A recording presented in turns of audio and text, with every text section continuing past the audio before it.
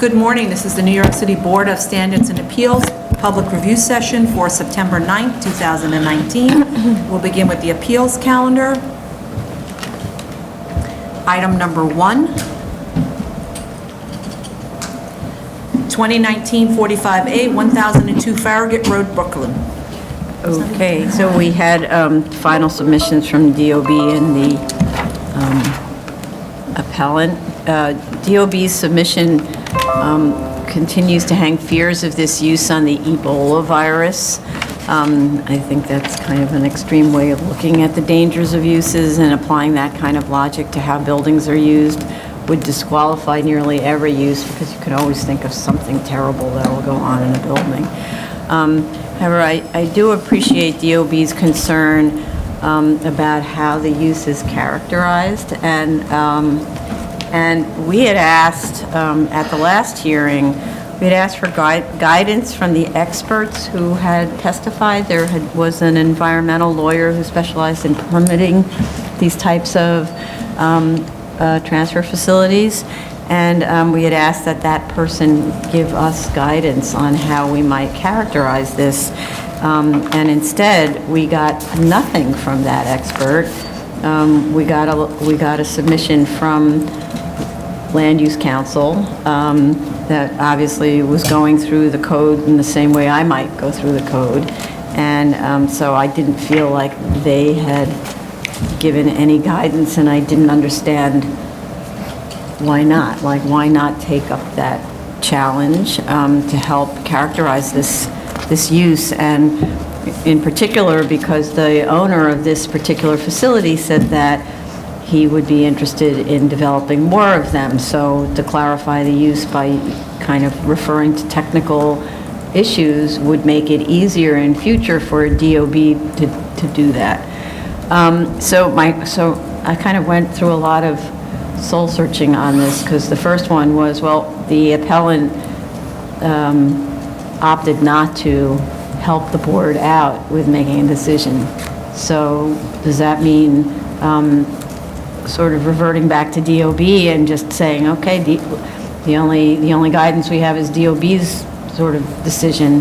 But then I looked more closely at the use group 16 again, because we keep looking at this over and over again. And if you look at what's in use group 16, the types of uses there are clearly the same type of use as this this medical waste transfer station. So without it actually stating it specifically. So you have, for example, crematoria for humans and animals. You have animal hospitals. You have poultry and rabbit killing establishments where the dead animal is sold on site. So it seemed to me that the list of uses that are already in use group 16 are much more akin to what this is, and arguably this use is less exposed to the public because everything arrives in these enclosed containers. I started researching crematoria and how the bodies arrive. They actually do the same. They arrive in enclosed containers. There's a rule about how they're transported. But the difference is they take the enclosed container and then they move it into an incinerator. So now you're actually processing what, for lack of a more delicate word, would be waste, right? Human waste, right? So it seems that use group 16 is the place to be. For me, the question was, is it a freight station, a motor freight station? So, which is what the appellant urges us to apply in this case. And then I started looking up what is a motor freight station. And there are actually businesses that are called, Acme Motor Freight. And what they do is trucks are stored at those locations, and the trucks get a call and they say, go up and pick up some stuff. And then they go out, they pick up some stuff, and they deliver it to another place. So that's not really what's going on here. This is a little bit more like very short-term warehousing of stuff. Stuff gets delivered here, dropped off, and then picked up within 72 hours, or it has to be refrigerated. It's not allowed to stay for longer than 72 hours. So what it was telling me is I disagree with DOB that this is use group 18. I think it firmly sits in use group 16, but I'm not sure which thing it is. So it's one of those things kind of combined together. It's kind of like a crematoria meets transfer station, motor freight station. And so my feeling about it is, if the question before us is it use group 18? For me, the answer is no, it's not use group 18. It really looks like use group 16, and give it to DOB to further clarify in their TPPNs what are the criteria for remaining in use group 16. And in this case, we know the boxes must remain closed. They must leave the site within a very short period of time. It could be 72 hours. And there's no processing absolutely of the contents the way you would in a crematoria where you're actually burning it. And there's no opening of the boxes. And just leave it at that, and DOB to take it from there. So, other. I agree with you, Madam Chair. Based on my reading of use group 16 and use group 18, when I try to analyze both the uses and where this use sits, I do not think this is a use group 18. It is a use group 16, and yes, I recognize, when the use group 16 was written, maybe this use was not in the minds of the drafters, but it is much, it operates like a use group 16.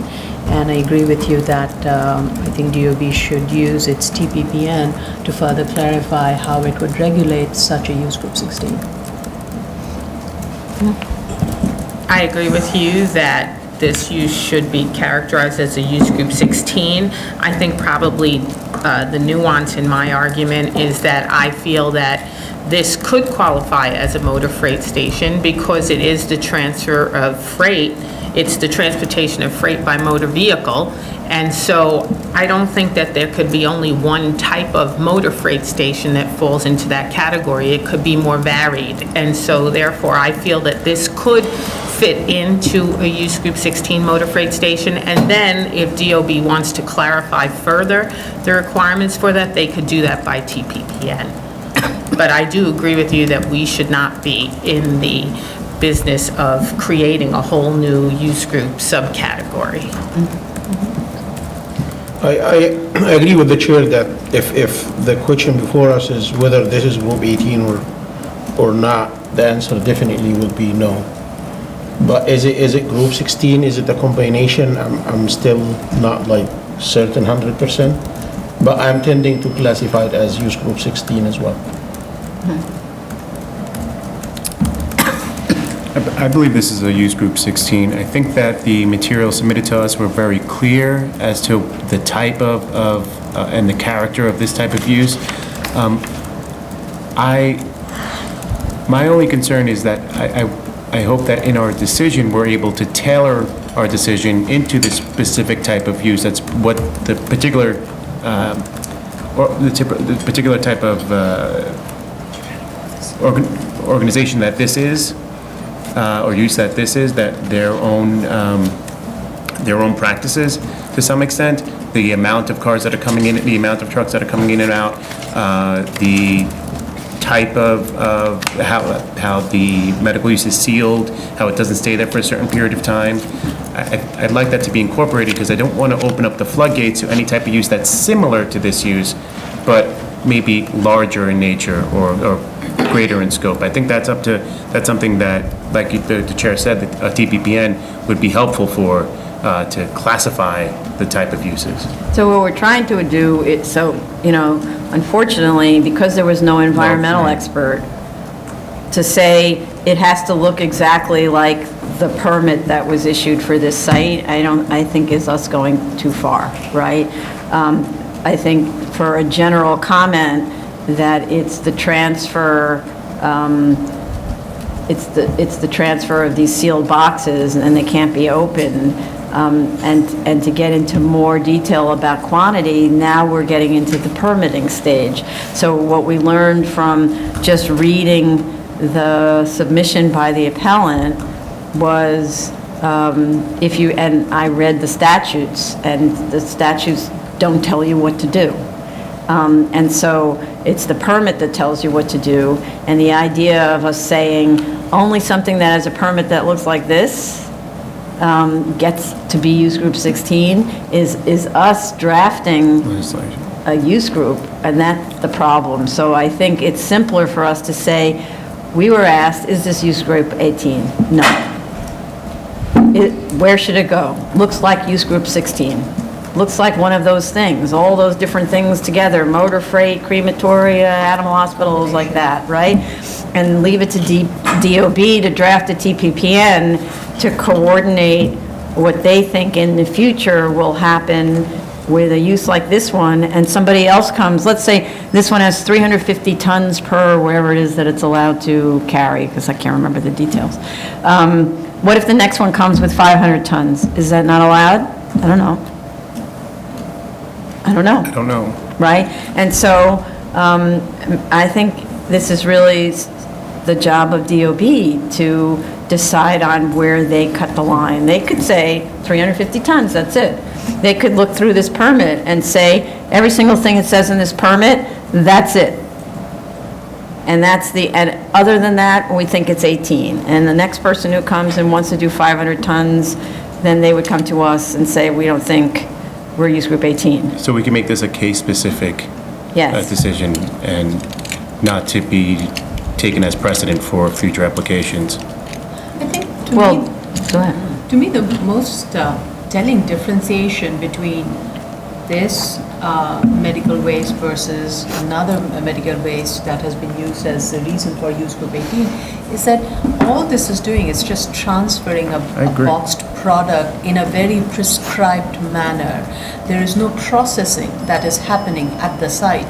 The processing is happening in those locations that are listed as use group 18, and I think that's the clearest distinction that I could find between this and that. And like you mentioned crematoria, it is an extreme extent of the 16, but this doesn't even come close to that. It's not as obnoxious as some of Right. the And use group this 16. is so prescribed in terms of how you package it, how do you monitor it, how do you transport it, kind of packaging, everything is so precisely laid out that it is very different from where the processing is happening. Sure. Right. And I think that to me that was the clear telltale sign of this is a use group 16 as opposed to I agree. No, it's okay. I believe DOB kind of anticipated where we're heading to, and they, in their last submission, I saw that they said, if the board believed that this is use group 16, we anticipate that the board impose some limitations to the operation. I believe it would be helpful if DOB, like tomorrow. We are not a legislative arm. Well, let him finish, please. Yeah. No, if they give us some clues on what kind of limitations they would like to put in the CFO, It is closed. we could look into them and to avoid back and forth. I believe this case could head this way. Tomorrow, DOB issue like very strict limitations, and the day after that, the appellant come back to the board and say, hey, they imposed this, I don't believe they are applicable. So to avoid that, if tomorrow DOB can enlighten us on what kind of limitations, and if these limitations are already imposed on this side, I believe this is gonna make this case, or our ruling on this specific case, like case specific. But so the thing is, so for one, we closed the case and we limited the length of the submission, so we wouldn't be reading again and again and again the same thing. Because more or less, we got the same submission as we've already seen, right? What I was hoping was that we'd get a submission from the expert that was not the same as what we'd already seen, and they declined to do that, unfortunately. So in our resolution, we can say, and I'm just reading right now from the permit description that was on DEC's website. For this particular site, it's the operation of a 15-ton per day, 330-ton per month regulated medical waste transfer station with transfer between vehicles and up to 350 gallons per day of conditionally exempt hazardous waste for consolidation by long-haul transport. And it goes on, right? So in our resolution, we would just say that this was an appeal, and these are the facts. Yes. Based on these facts, we decide that it's use group 16, and it's not, and because of these use group 16 uses, that it resembles, without saying that it's a new thing, because we can't create a new line there. That's for city planning to do, right? And we just say it seems like it's fitting in there because there's so many things that look like it, and in certain cases, I mean, I looked up crematoria, there's actually no limits on how many bodies they can take each day. Isn't that crazy? So, and I'm just assuming they don't take that many each day, but you never know. So that's, I think, as opposed to us saying in future, the next medical waste transfer has to look exactly like this, right? Because that's not for us, like this one says 330 tons per month. The next guy comes in and wants 500 tons per month. I don't know if that's good or bad, because we don't have an expert to tell us whether that is tipping the charts. There are limits, I think, in the code on, if you wanted to do 5,000 tons per day, that would fall into something else, right? But we're not experts on this subject, and I want to stay away from pretending to be. I believe We this is- asked this for an is fair expert, enough. and we didn't get one. That's fair enough. Okay. Done? Item number 2, continued hearing, 2017-310A, 1002 Farragut Road, Brooklyn. Okay, so this one is about the Revocation of the CFOs. revocation of the CFOs, so obviously, Not revocation. the CFO needs to be amended, so Sorry, I don't know if I don't actually know technically what we should do here. It says minor auto repairs, auto body, right? So that's obviously not correct. And now there's an ambulance station there. So I don't know whether the ambulance station fits under auto body. So this one, we didn't close this case. No. Right? So we can hear more testimony on this part. I don't know whether it needs to be simply amended and we therefore don't need to revoke or order a modification. They just need to fix it. Just DOB's. So they have to fix it. Yeah, so I would say the simplest thing to do would be effectively adjourn this or have a short discussion, adjourn it, and then have the property owner go amend the CFO according to whatever it is DOB thinks it should say. And then we're probably done, and then withdraw. Okay.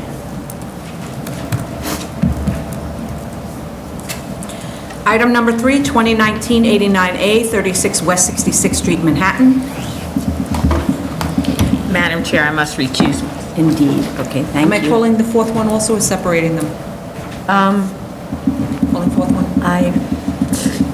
We called them together. Calling both? I think we called them together, right? Called them last time? together? Yeah. Okay, item number 4, 2019-94A, 36 West 66th Street, sorry.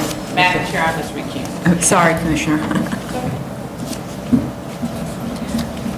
Okay, so we have final submissions from appellant and owner, and I didn't find anything new in either submission that would change my view.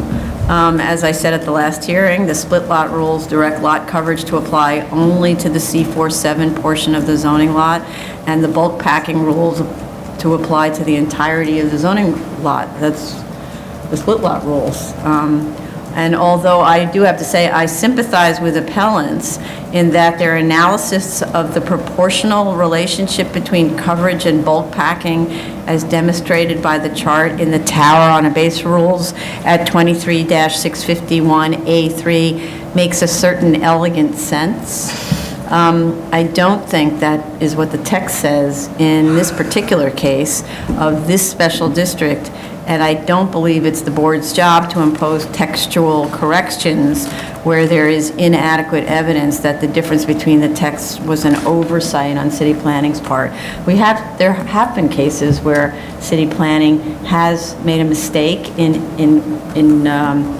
I remember there was one that had to do with community facility towers or something like that, where they actually made a mistake and they issued a change, a very large text change, and then left off a change to that portion of the text. And we saw two cases here where one applicant comes in taking advantage of the mistake, and go ahead, it says it right there, just do it. And it wasn't an interpretive appeal, it just was part of their zoning analysis, right? And then, pretty literally, a few hours later, someone else came in, and they said, we're not taking advantage of that mistake because we know city planning is going to come and change it. Now, whether city planning ever changed it, I don't know, but you had two different people taking advantage and not taking advantage of a mistake. There isn't any indication here that this was a mistake. Really, I really just don't find that. I also note that appellants intend to challenge the mechanical space and whether that's laid out as mechanical space separately, and so that issue is not ripe for us now. Okay, anybody else?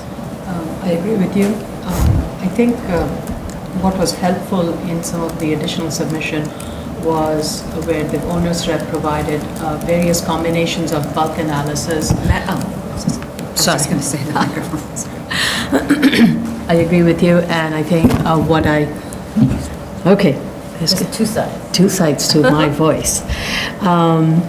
That the additional information that was provided by the owner's representative further went to show various combinations of bulk possibilities, both in a C47 district, in an R8 district, merged, unmerged, with the Section 8234, without the Section 8234, and how that would affect the building height. And I think that definitely is consistent with the way the City Planning Commission was envisioning this text to be applied. That is, it would result in a height reduction, which in every one of those instances, with the 8234 versus the 8234, there was a distinct reduction in the height. Now, it may not be to the extent that one imagined, but that's not how the text is written. And the text has been, and the City Planning Commission report and the discussions that ensued during that hearing also made it very clear that there was no intention to have a very prescribed height limit.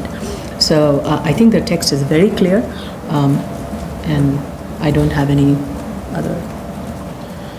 So I didn't attend the last hearing, so after reviewing this case, I did listen actually to the video for both the executive session and the actual hearing.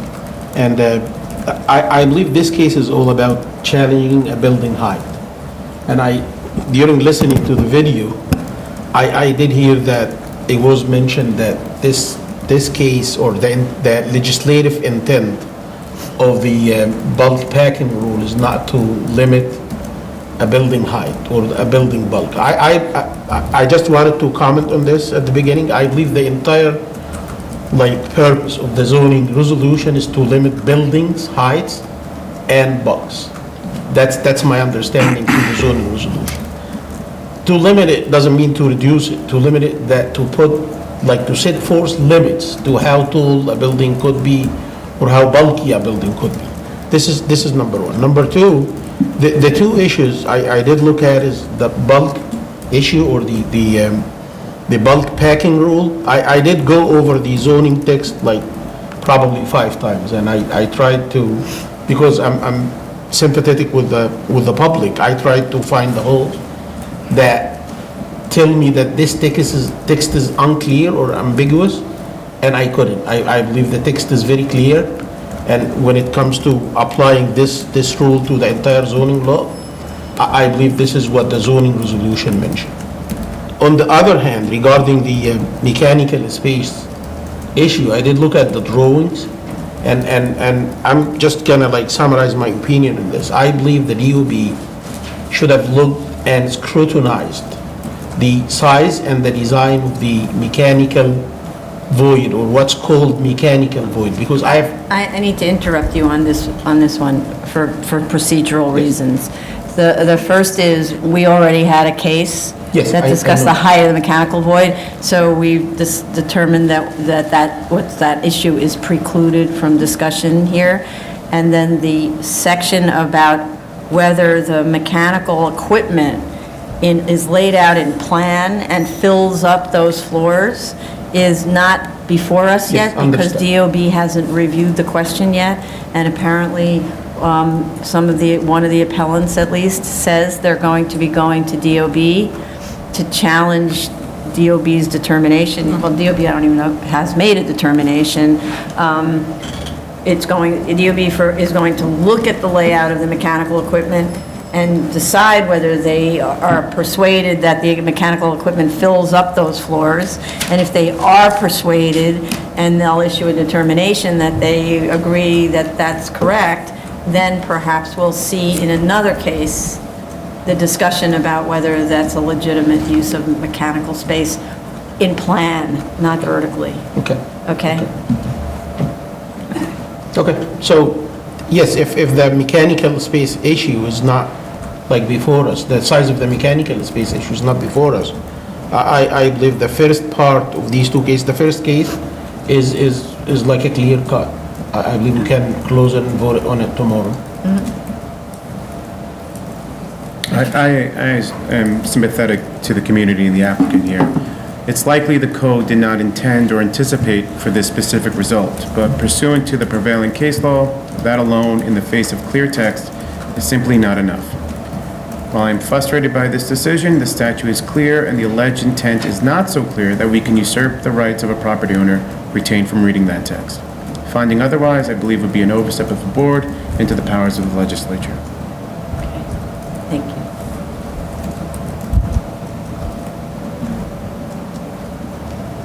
Okay. Special order calendar? Well, we need to get, Hold on, Oh, I'm sorry. I got it.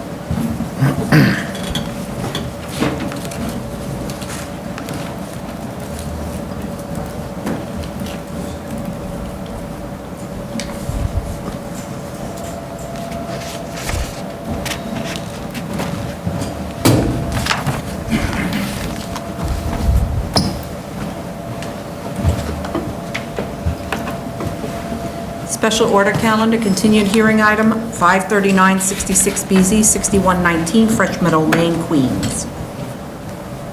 okay.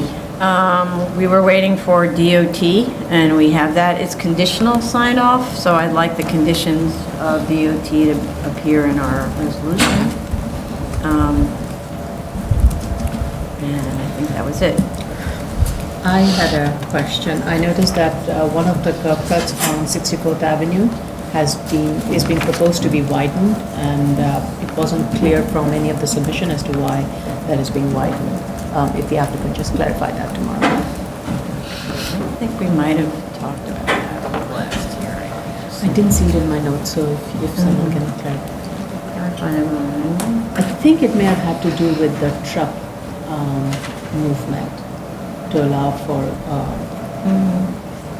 that, at least graphically, that's what it seems, but I don't have it in my notes. Okay. But otherwise, I'm okay. Okay.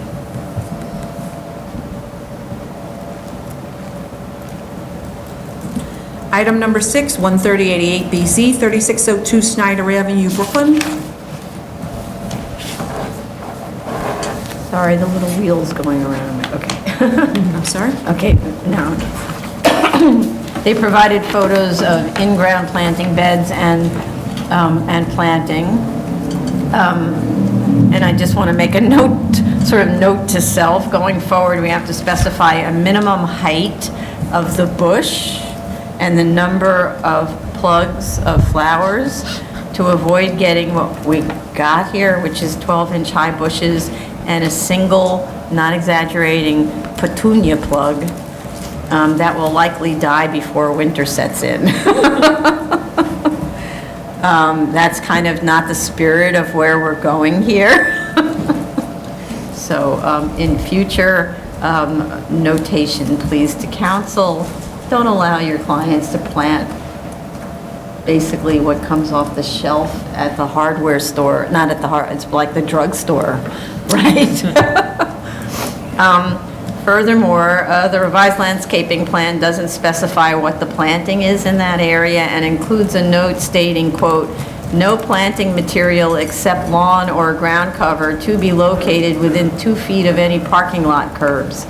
The installed tiny bushes and petunias are within 2 feet of a parking lot curb." So, I really am begging counsel, please review these drawings before they're submitted to us and tell your client that it's not going to fly in advance. And then to allow for real planting in that area, separate concrete curbs should be provided behind the planting bed curb to prevent the car from overhanging the planting. That's like a standard thing, those wheel stops needs to be installed. We had also asked to see planting in what is shown on the plans as, quote, existing landscape area along the property line to the south, and we don't see that. And the lumen spread diagram shows lumens higher than 0 at the southern property line. Any other comments? When I did the site visit, I noticed that the southern portion of the lot, which previously had a car washing equipment, it's not there. But that portion has been striped for parking spaces, so now the site has additional parking spaces, which is good, but that needs to be indicated, revised in the plan, and also updated in the statement of facts. With regards to the lumen, the use surrounding this is a cemetery, so I didn't pay that much attention to the lumen because of that, and also the planting. Right. You know, I don't have a good sense of what kind of level of somber you want on a cemetery at night. I don't even know whether you're allowed to visit a cemetery at night. No? So, right? So you would think, Level of security, maybe. I don't know, but I don't know if even cemeteries have lighting on the walks or, so, I believe it probably I kind varies of- from cemetery to cemetery. yeah, it probably differs, but I would say that a cemetery is not the kind of commercial use as a drugstore that it might be next door to. It's more like a park. And, you know, and people, and these days cemeteries are treating themselves like parks where they invite people in for picnicking and, you know, running and that kind of stuff. So that's why I thought, well, lumen should be 0 at that edge. Anyway, anybody else? We had asked for the signage to be broken out by frontage. I haven't seen any new analysis forms.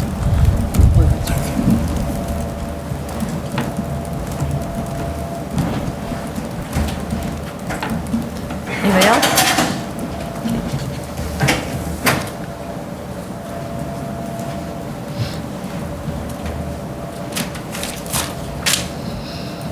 Ready. Oh, I'm sorry. Item number 7, 19497BZ, 84-12, 164th Street, Queens. Okay, the dumpster is shown on the plans to be enclosed but is located too close to the street line. It's a new dumpster location. It should be pulled back closer to the building and away from adjacent properties.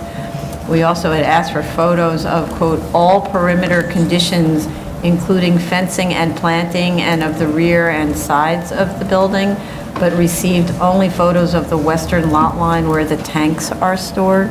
So we don't have a good sense of what's going on the perimeter from outside and from inside. The landscaping plan needs to indicate the number of each type of shrubbery, which is to create a dense buffer between this use and the adjacent residential use. State the eventual growth of the shrub or tree, which must be a minimum when planted of 4 feet high, starting from now.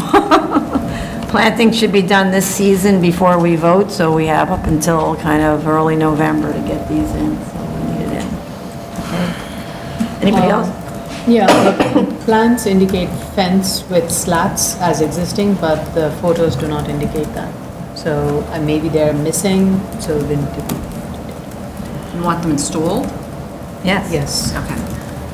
And I don't believe they ever told us the maximum number of cars for sale, because I believe they have cars for sale here as part of the previous grant.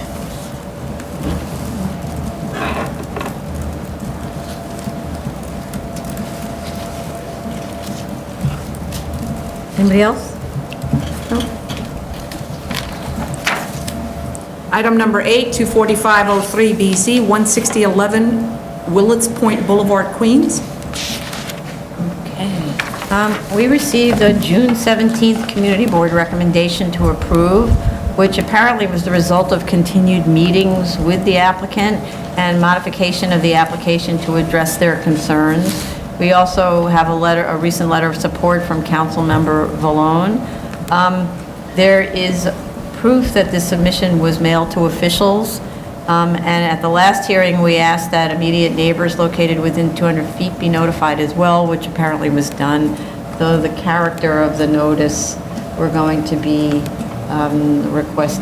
modifying what those notices look like, because, and this is really something council should have noticed on their own, council for the applicant should have noticed on their own, but the address was almost impossible to find. It was parenthetical. And so if I'm looking as a neighbor and I get that and I don't see that it's happening right next door to me, I throw it out. So, yeah. But we didn't receive any submissions from the neighbors. I don't know if anyone will be here tomorrow to testify. The applicant has attempted to address both our concerns and those of the community board relative to the flow and location of the drive-through by offering option A and B drive-throughs. For me, I think it would be easiest if their traffic consultant walked us through or drove us through the relative advantages of each and how they differ from existing conditions, because other than a slight difference in swing and so on, I didn't see a major difference, except that arguably the loading dock won't be used that way, but it's not like they're filling it up with something. So it could be used and it's just not labeled. Also, the applicant's consultant should walk us through the changes made to the plans that respond specifically to the community board's requests. So community board had a list of requests, and I couldn't really tell where they were addressed. For example, the community board was asking about a sign, making it clear that there's access to that additional parking. I didn't see anything on the drawings and the photographs, nothing that indicates that there's additional parking. And I note, how does anyone know there's additional parking? Because there's a very large masonry trash enclosure hiding it. So how would you know to keep going unless there's a big sign that says additional parking in rear? And when you look at satellite images, all the local parking spaces are full. So I'm not sure, does that create a lot of backup on the street?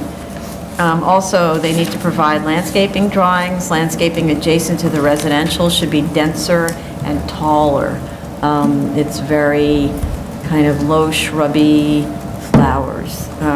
And the signage drawings were provided with dimensions as we requested, but no calculations were shown to show compliance with the C1 regs. So I'm not sure why that was left off. Anybody else?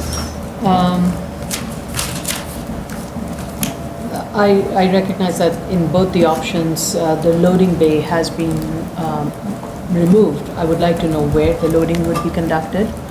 That is critical. It cannot be from the roadside. Some accommodation has to be made, and we need to make sure that it's not next to the residential either. So that needs to be indicated in the plan. And as you mentioned last time, we had asked for more information about the additional parking in the rear, and I would like to get some updates as to where that is, how those visiting the site would know about the overflow. None of this is clear. Right. You can look on an aerial and you see the parking in the rear behind the other, but I don't know why they're allowed to use it either.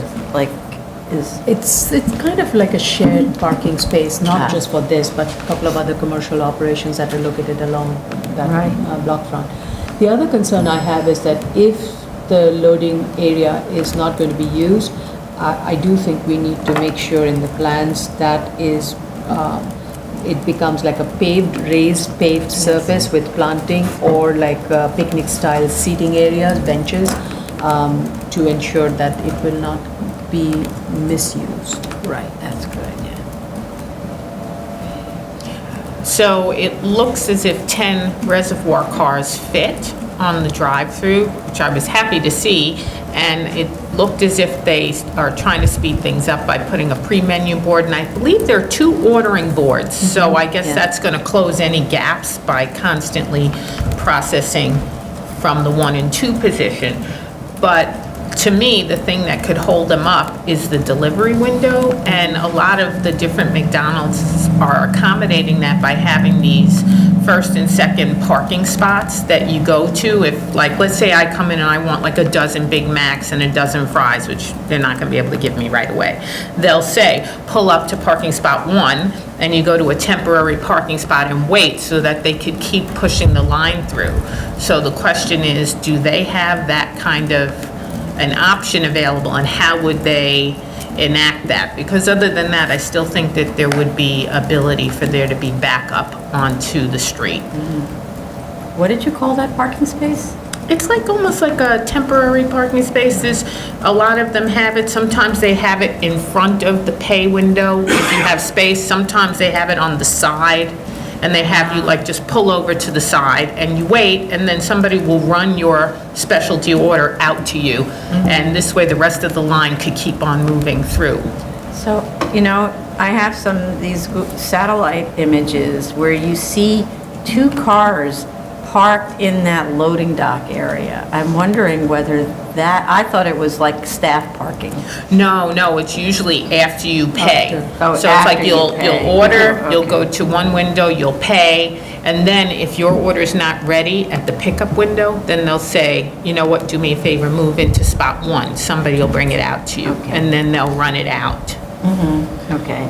And the closest version they have of that is that handicapped area, but they can't have people parking there. Right, so if they could talk to us about that, Okay.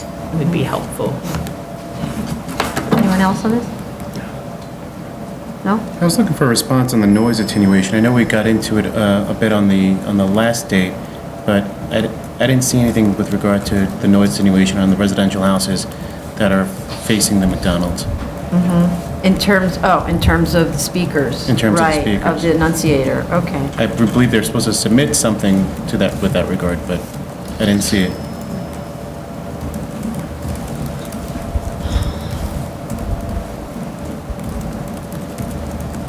Okay.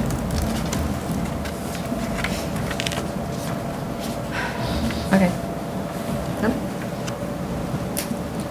Appeals calendar, continued hearing items, item number 9, 20515A through 21415A. This is Hook Creek Boulevard and Fortune Way, Queens.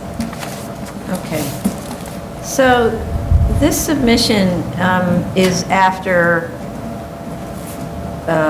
2 years in hearings and 4 years since the initial application. And we sent them a dismissal warning in May, saying that if they don't respond, we're going to either dismiss or vote on this, right? So all we got, and it was clearly prepared very recently, and they've had a lot of time to do this because there was an adjournment in May, and they, I think our last hearing before that was in February, right? All we got was a restrictive declaration that was missing some critical things that were in our notes, but in addition to which, they didn't submit drawings. And the fire department had objected to this application in February. Plenty of time to get back to them. Did you get something more? No, I had noted that the drawings needed to be corrected, so they were going to submit revised drawings, but I was also waiting for the fire, we had sent it to the fire department. Okay, but the point is this. This was the last hearing we were going to have. I'm not going back and forth with this. If they didn't prosecute this case on time, if they don't get the drawings in today, then I'm going to recommend that we close and vote on this either to dismiss or to deny.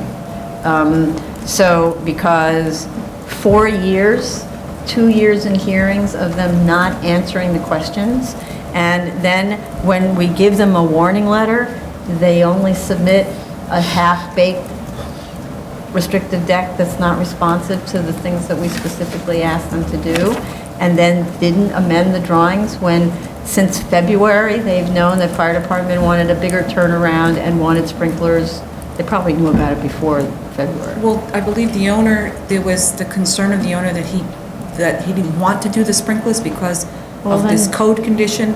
So now the owner has agreed, I believe, to do the sprinklering. They've agreed But on they it? have to amend the plans, but, no, I'm just saying, maybe we close this case, and if they want to try this all over again, when they're focused and they hire right counsel, because by the way, they didn't have proper counsel up until somewhere in May.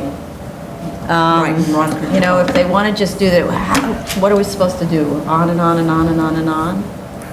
And then, you know, Okay. I just don't, I think it's just irresponsible, frankly. It's a property owner. They want to develop the site or don't they? I mean, I don't get it. 4 years? Item number 10, 2017 5A through 2017 7A, Sharretts Road, Staten Island. Okay. There's a July 26 DEP conditional approval letter that's addressed to the project engineer.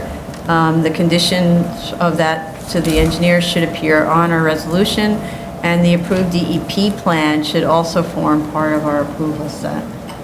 So it's very clear about the wells, and the DEP is concerned about drainage. There's also a DEP sign-off letter addressed to us of August 9th with additional comments that should also appear in our resolution. But other than that, and I really wanted all of these notes added to the plans, the notes of DEP's restrictions, so that it's clear to DOB. That should be done today and submitted today, not tomorrow. Okay. Anybody else on that? New cases on the appeals, item number 11, 14014A, 1016 East 13th Street, Brooklyn. This is an extension of Okay. time. Yeah, so there are no notice requirements for extension of time to complete construction. This is an application to permit completion of construction for a building that received 2014 BSA approval to continue based on common law vested rights doctrine. It's not correct in the write-up at the top under the common law and vested rights. It's a confusing, sorry. I didn't understand what that meant. So according to the history of the lot provided by the applicant in 2005, at the time of the change in the zoning, some work had been done at the site to entitle the owner to common law vesting. It isn't clear from the application materials what that was. However, 2008 photo shows foundations completed, and photos today show the project well along and including window and exterior finish masonry, and you see studs on the interior on some floors and sheetrock on other floors and so on. The statement of facts doesn't, however, explain what work is in place or a timeline for completion. It says what's left to be done, which sounds like a lot.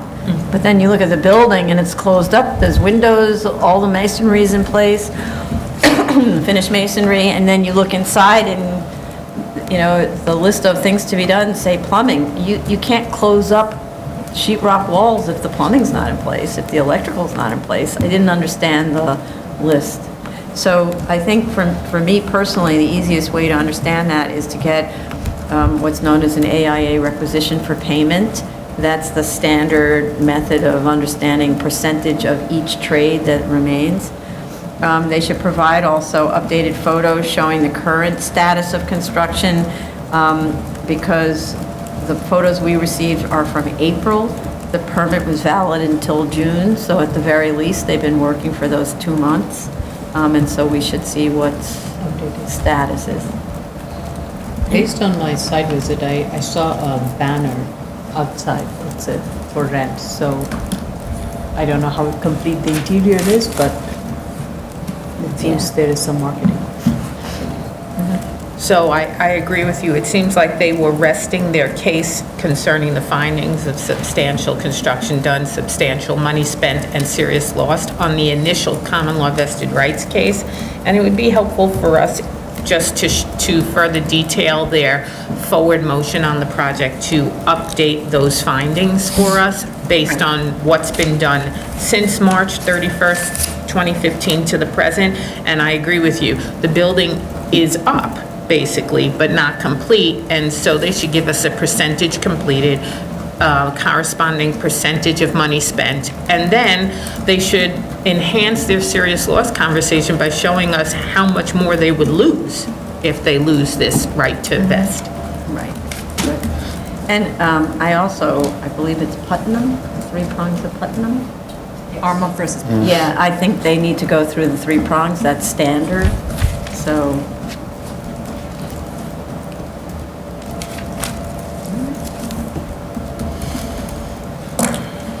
Okay.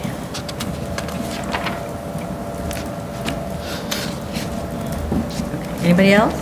Yeah, I believe they also need to give us like a timetable for going forward, how they gonna, what is the plan for, like, finalizing the remaining work.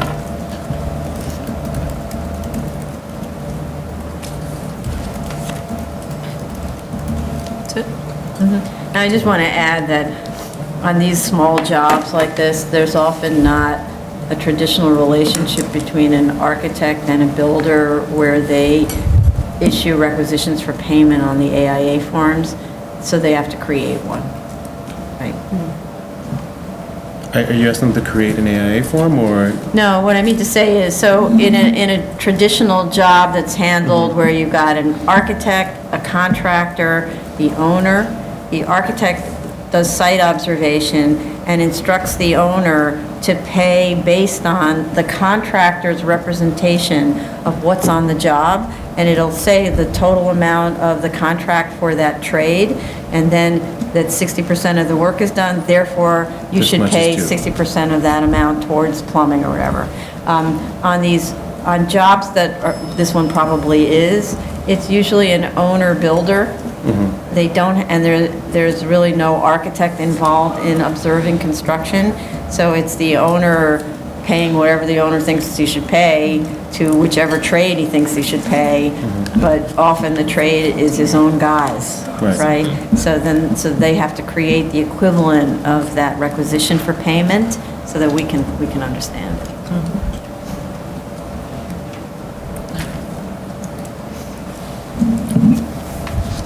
Finished? Okay. Item number 12, 2016-4302A through 2016-4326A. Item number 13, 2016-4355A through 2016-4462A. Item number 14, 2017-107A through 2017-129A. And item number 15, 2019-51A through 2019-57A.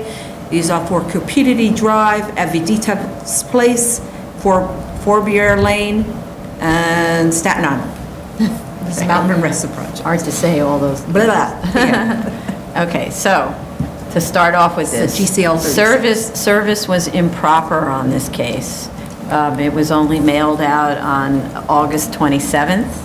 However, there's a lot of publicity surrounding the case, and there have been newspaper articles about it. The community board was aware of the hearing, but to this date as of like Friday, still hadn't received notice on that August 27th mailing. So, and ditto for the council member and so on. So my concern was that there'd be people coming to testify tomorrow and that we wouldn't be able to hold a hearing, and it's very inconvenient for people to come. So what we did was we called all of the officials that were supposed to be notified and asked them if they would be okay with our proceeding with the hearing. The community board asked, of course, that we not close the hearing, which there's no chance for closing the hearing, and so that way they would have a chance to hear this application at the community board, because apparently they never did, because they were told, wait, and so they never heard it at all, but they're all aware of the case. And we will have testimony. There are people who have called Tony to let them know that they're coming. Okay, so this and the 3 accompanying calendar numbers are GCL 36 waiver requests for a total of 165 attached and semi-detached single-family homes, in addition to which we received a letter from the borough president saying that they're not representing the entire scope of the project on this site. And so then we subsequently received from the applicant a larger site plan showing that there's a large multifamily development that's being added to the kind of, it's not, I don't really know whether it's the zoning lot. I actually don't understand how the site's subdivided. Though that multifamily development is not being accessed in the same way as these single-family homes. It has its own drive, so, and that was something that I kind of wanted to talk about also. So, and so if I understand correctly now, we're not looking at this piecemeal, we're seeing all of the buildings that are to be developed on this extremely large site. At the outset, as people have heard from me, I have to say, as I've indicated in many GCL 36 hearings, I don't believe the board, the BSA, is the place to come to for the development of 165 densely packed homes on a piece of property with frontage, that it already has frontage on a mapped street. Fingerboard is mapped, but New York City doesn't have title, but it's considered a mapped street. I believe this should be city planning's job to look at the site, how the proposed homes are laid out, plan the site, and map the streets. It's evident, in spite of the fact of the owner not attempting to address any of the GCL 36 findings, and this was a very sparse application, actually sparser than even little houses we get, right? It's very evident that the owner would suffer no hardship by going through a ULURP process in this case. It's already been at this agency for 3 years and was non-responsive for over a year. And I do have to say, when we first got this case and we were looking at how to deal with GCL 36 waivers for large-ish sites, not even ones this big, we reached out to city planning to say, well, what do you require for a mapping action? And because I personally had never done a mapping action, I didn't know what the submissions looked like. So city planning sends us this tome of pages and pages and pages of things they require be provided to them for mapping. Some of which, despite the fact of being a land use lawyer, I actually had never seen before. I didn't know what they were. So we went down the list and we took out the things that were unknown to us, because what if someone submitted something to us and we wouldn't know how to review it, right? So we took out those really hard things and we sent them the list of everything else, and they submitted, as you can tell, not one thing. So that's part of the reason why they've been here for 3 years, and we just decided finally, well, we can't just have this sitting here rotting, we need to put this case on, right? So, and I also want to add that neither city planning nor DEC have looked at this site. So it's different than all of the others where maybe you're looking at school seats or something like that. City planning hasn't looked at all. Their argument is it's an as-of-right site, but it isn't, because it needs a GCL waiver in order to be developed, right? In its comment letter, though, DOT directs that streets be dedicated to the city and built according to DOT standards. And so that sounds like a street mapping action to me being recommended by DOT. I could read the actual language. So my initial reaction is this doesn't belong here and I would be opposed to it, but depending on how the board sort of, how it looks, how other commissioners are voting, if I were forced to look at the application, I see that the houses fronting on Fingerboard turn their backs to Fingerboard, which is a map street. And we looked at another application where only one house turned its back to the main street, and determined that that was an unacceptable response to the community. So my first reaction is those houses have to be turned around to be responsive to an existing community. The applicant also provided a builder's pavement plan that only addresses the intersections with mapped streets, and that is inadequate. We've been requiring builders' pavement plans on even the private streets because they need the streets must comply with DOT standards. So all of the streets need to meet the standards and have to show fire hydrant locations, street trees, lighting, etc., whatever would be required on a map street. And again, I'd say if I were forced to look at this application as opposed to opposing it outright, in addition to the builder's pavement plan and the restrictive declaration that we have been as a standard requiring, that put future owners on notice of their obligations to construct and maintain in perpetuity the roadways and utilities that run beneath them. In this case, for sure, there's utilities running beneath them. And pursuant to the language in GCL 36, which I and our council have been studying in depth, they would also be required to, and actually all of these cases are required, and we haven't been asking for it, to provide a performance bond and certificate of liability insurance in favor of DOT that commits to the construction and maintenance of the roadbed and sidewalks consistent with DOT requirements. That's actually in the text of GCL 36, and the BSA isn't exempt from requiring that. So it's also very unclear from the site map which are the map streets, which are CCO streets, and which are existing unmapped non-CCO streets, so the map has to be redone to clarify all of that, and we didn't receive yet comments from fire department. Okay. Okay, so I'm going to read, mine's a little lengthy. I think some of my comments will overlap with yours.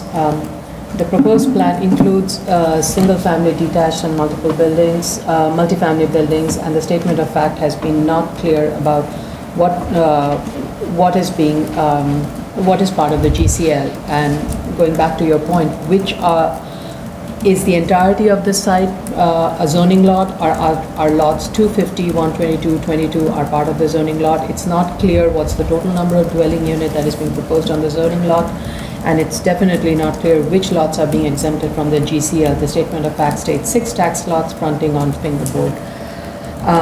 I want to differentiate this project from other projects like Storicio on 2 grounds. One, that is unlike the subject project, Storicio, Nello, and Tupelo Court were reviewed by the City Planning's agency for subdivision, school seats, and in such review, site planning was considered.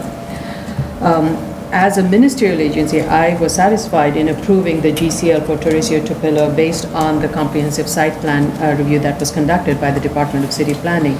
However, this site is lacking that, and a project of this magnitude should require a coordinated review of DOT, DEP, parks, and school. I say so based on the following. Unlike Storicio, I believe the subject project exceeds the threshold for transportation community facility as per SECRA manual. The subject site is in Zone 5 per Table 16 of SECRA Manual 2014, and the development threshold for that is 100. The proposed is 265 as per zoning chart. So there should be, at a minimum, a targeted EAS for transportation analysis. Because it exceeds the threshold, the following comments are concerned around the adequate access, traffic circulation, traffic impact on existing network, and emergency access. Is there adequate access route from this development? Are there proposed access points from local streets adequate in terms of fire safety or ambulance to access in a timely manner? Fingerboard is a narrow 1-lane street that provides access directly to the Staten Island Expressway to the south and Bay Street to the north. The abutting local streets and Fingerboard, would they be adequately be able to handle the traffic generated by this proposed development? By extending or connecting to some of the existing roads like Hope Avenue or Bethlehem Street, would it not improve the connectivity to and from local street and overall improve the street network? Are the private roads adequate to serve the present and future transportation needs that's going to be generated from this development? And all of these questions require a review by DOT. We do not have that expertise. Also, based on SECRA manual, I believe the project exceeds the SECRA threshold for community facility, specifically regarding school seats. The minimum number of residential units that will trigger detailed analysis for elementary and intermediate is 165, and for childcare 217.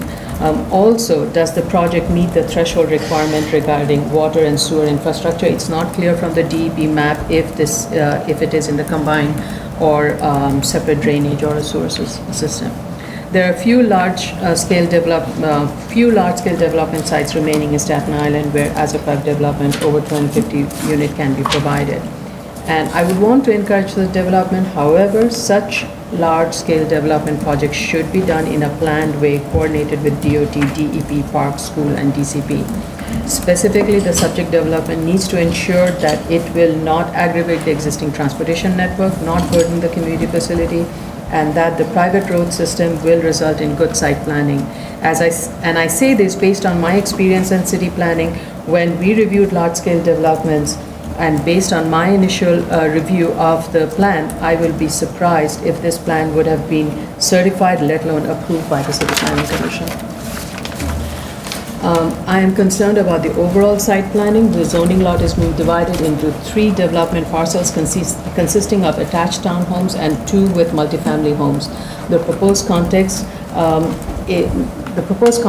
is not responsive to the surrounding building form, which granted has a mix of housing typology, but that also gives the design flexibility, and the site can be designed accordingly by harmonizing with the build context. And the example that you said, the fingerboard homes are facing away from fingerboard. And similarly, there's this one parcel that is on the Narrows front, which is being used as an access way. Access way to what? Because it's not providing access to any parking lot, and there are better ways of integrating those. In reviewing large-scale development, the City Planning Commission looks for the location of the buildings and entrances, and determines if the distribution of development results in better relationship among buildings, which is very needed in this case because we have 3 different building typologies surrounding the development, and will it benefit both the occupants of the large scale and the neighborhood and the city. Are appropriate access provided from the map streets to the zoning lot of a large scale? Considering the size of the large scale, the street providing access to the large scale, will it be adequate to handle traffic? And I've mentioned that. We also have no way of determining that, and also if the subject development requires addition to existing public facilities, is there a need for open space? In reviewing such development plans, one would also look for built forms that provide variety and provides transition to the surrounding building context, improves access, view corridor, etc.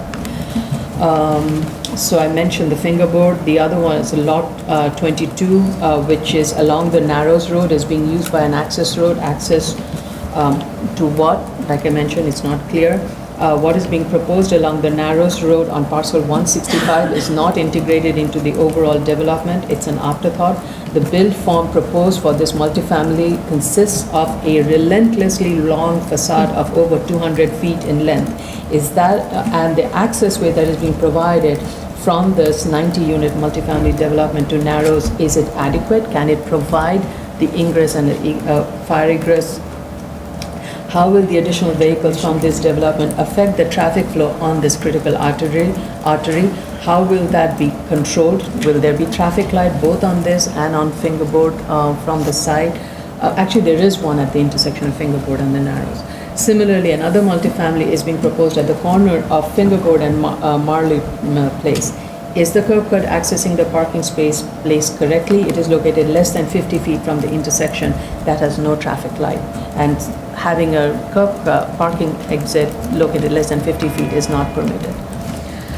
The proposed width of the private road is 34, which does meet the zoning requirement of 2621, and that is permitted provided you provide at least 3 accessory parking spaces for every 2 dwelling units. So it meets that. But absence of any specific findings for site planning in GCL 36, I look to zoning resolution section 2626 for private road modification to determine if a 34-foot width would enhance the quality of the zoning lot. Will it result in preservation of existing natural features or superior landscaping? Is it being built in conjunction with the superior parking plan, which it is not. So I do not think a 34-foot wide in this case would be adequate, because you're basically not allowing any parking along the curbside. And given a magnitude of this development, 2 parking spaces, when you 2 parking per dwelling unit is not going to be adequate. You would, or 3 parking for is not going to be adequate. I think you will need more. And so you have to rely on on-street parking, so the curb cut width should be more than 34, it should be 38. The curb cut width. Sorry, I'm sorry. The curb to curb The width. curb to curb, and thank you. With the Curb to curb roadway.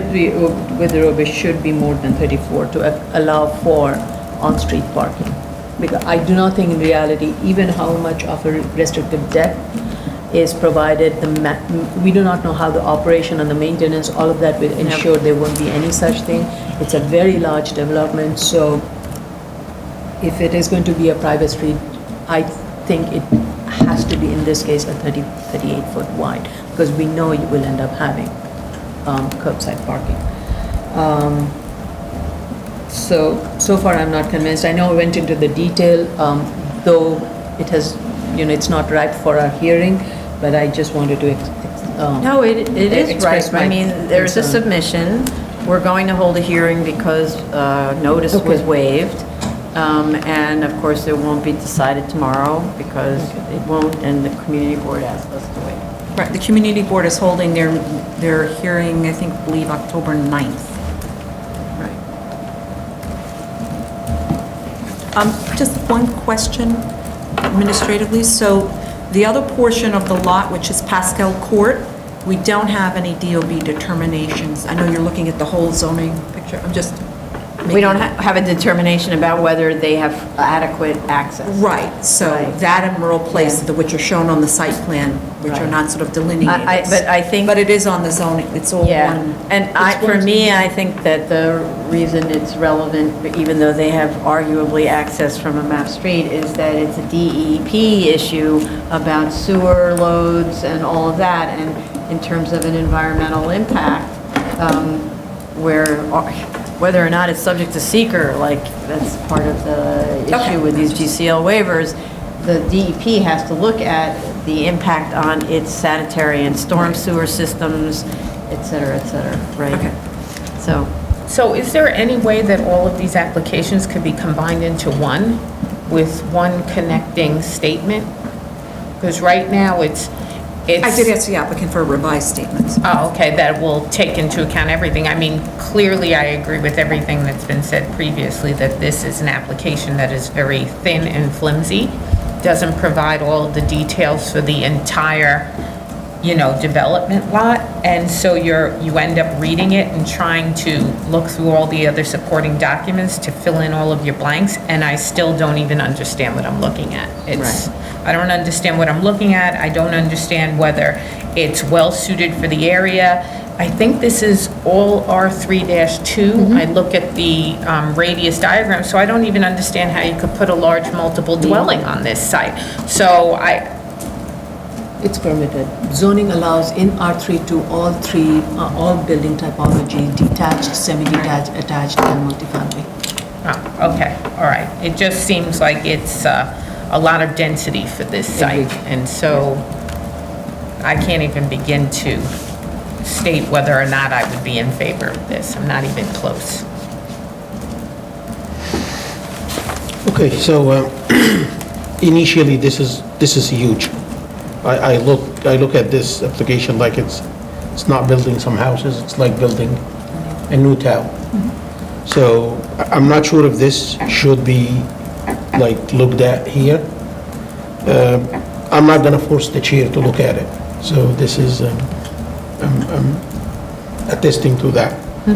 But I would see stuff like that, applications like this, go through a different channel, because I believe we don't have resources and time and manpower to look at like really bulky applications like that.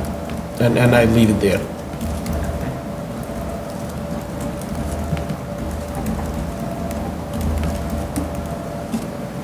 This application is the most egregious that I've reviewed. It's unsupported by the statute and the prevailing case law. Further, the size and impact of this application does not avail itself to the expedited exception created by GCL 36. This case is flawed for a myriad of reasons, but as the applicant has failed to give this application the minimum amount of care, I only touch on two. The two most substantial are prima facie flaws.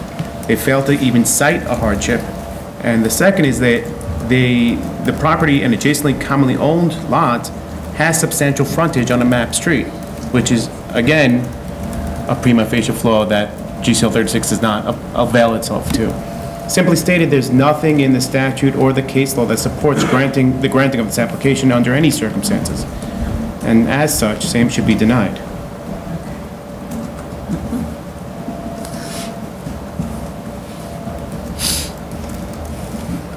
Okay. Zoning calendar, decision items, item number 16, 2019, 34BZ, 2527 East 104th Street, Manhattan.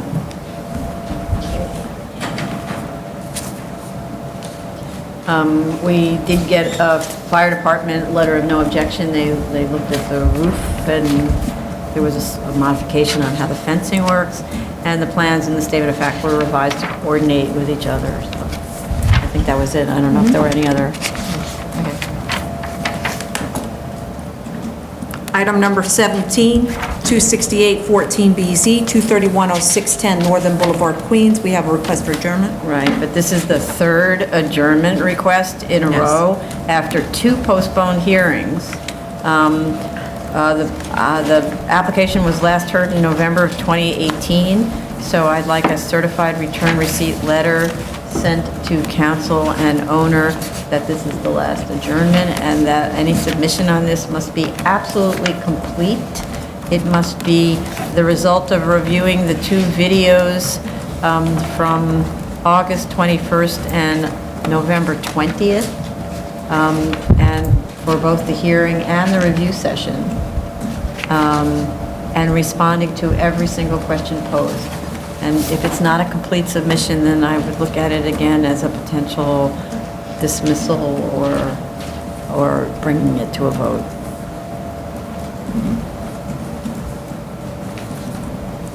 Item number 18, 17-15BZ, 133 Beach 5th Street, Queens. Seem to have a lot of these today. There's a request to adjourn this case once again, and an incomplete submission provided without financials. The explanation for this absence is that the cost estimator has personal issues and could not respond in time. I remind the applicant, because the commissioners are well aware, that this case has been at the board for 3 years and was last heard 1 year ago. In January, we were told that the owner had put the case on hold and that 9 months would be sufficient to get the work done. I note that based on the incomplete submission made, the drawings were only completed in July. So that tells me most certainly that no work was done on the submission until then. So it's not as if in January they dove in and they started doing the work and the cost estimator was not available since January.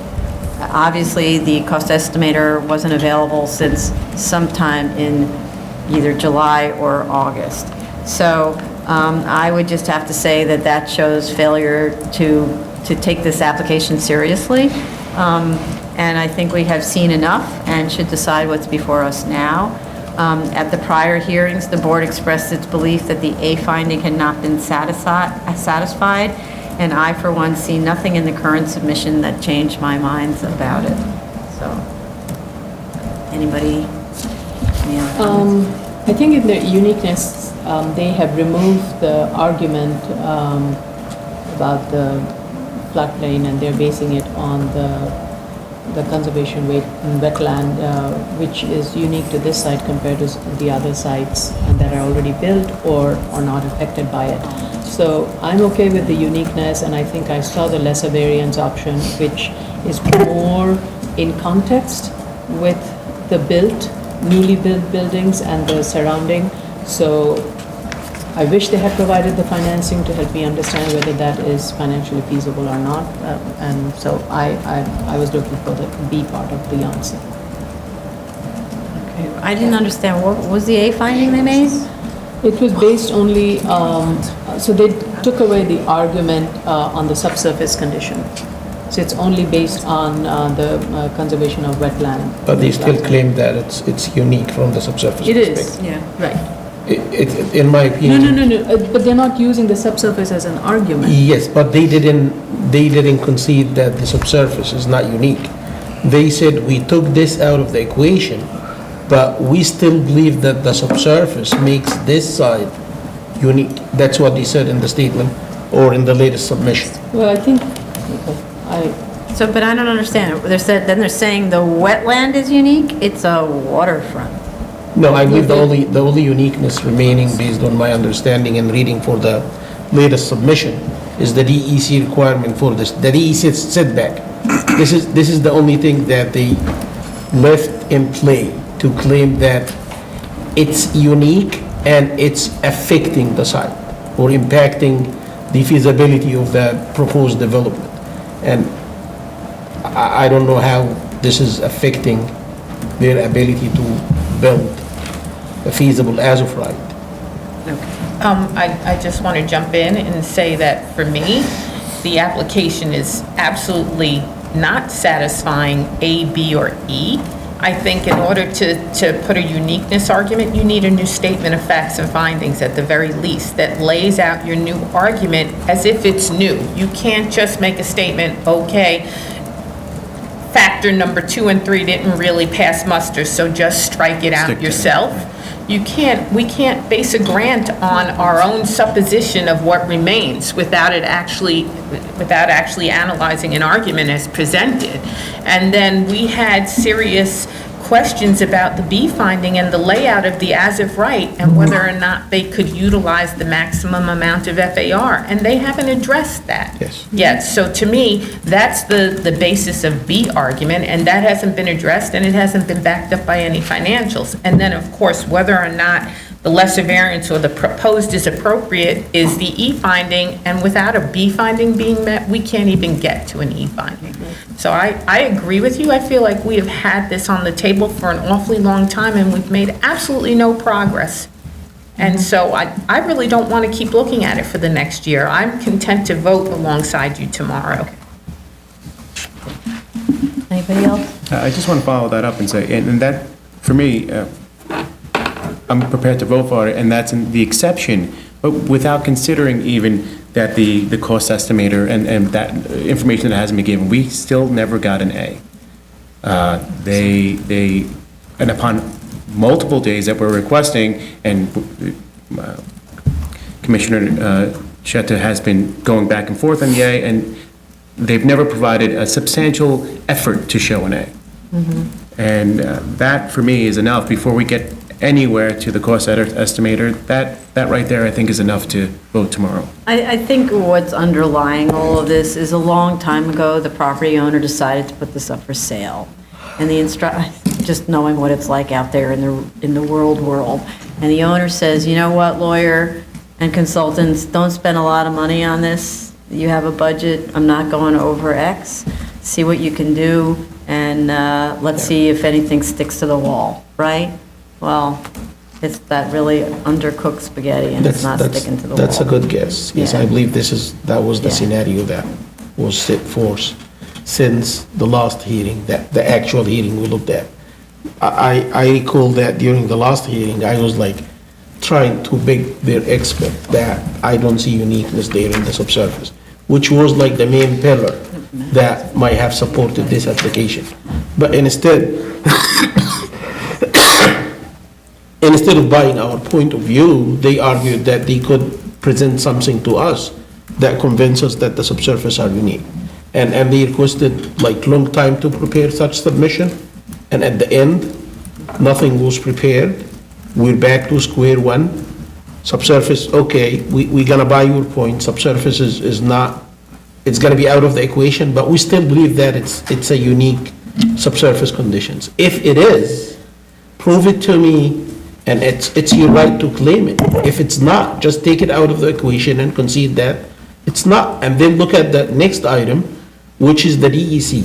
Actually, I would, if I have seen like a feasible argument in this latest submission, I would be okay with, okay, let's adjourn it, it's unforeseen condition, let's take a look at it one more time. But looking at the as of right, at the lesser variance submitted, based on what they said in their latest statement of facts or their latest submission letter, it sounds like they do not jive. I don't see that the lesser variance on the table even is a feasible proposal. So I would just close this and vote on it.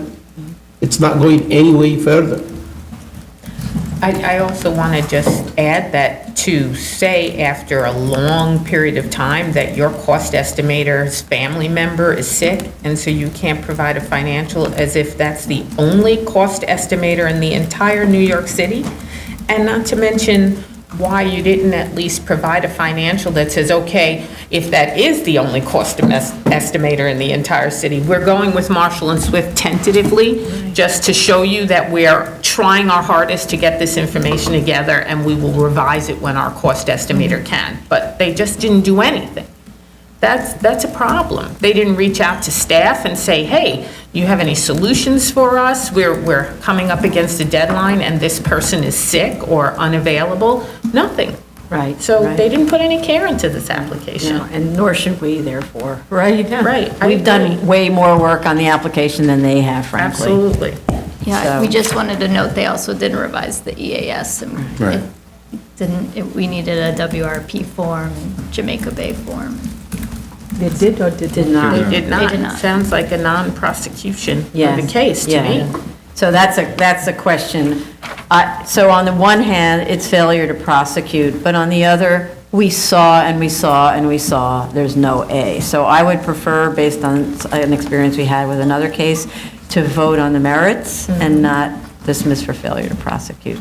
I second Okay. that. Item number 19, 7715BZ, 244 36 85th Avenue, Queens. There is a request to withdraw this application. Yes. Item number 20, 15715BZ, 3925 Bedford Avenue, Brooklyn. Okay. Okay, I'm just, because we did send out a warning notice on this one. This is the last hearing on this case, so whatever happens, so be it.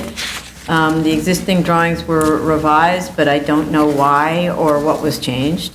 They show shallower front and side yards than on the 1992 DOB-approved plans that they provided on September 21st, 2018, and much more floor area than was on the approved plans. The 1992 survey that accompanied those plans isn't legible on the PDF.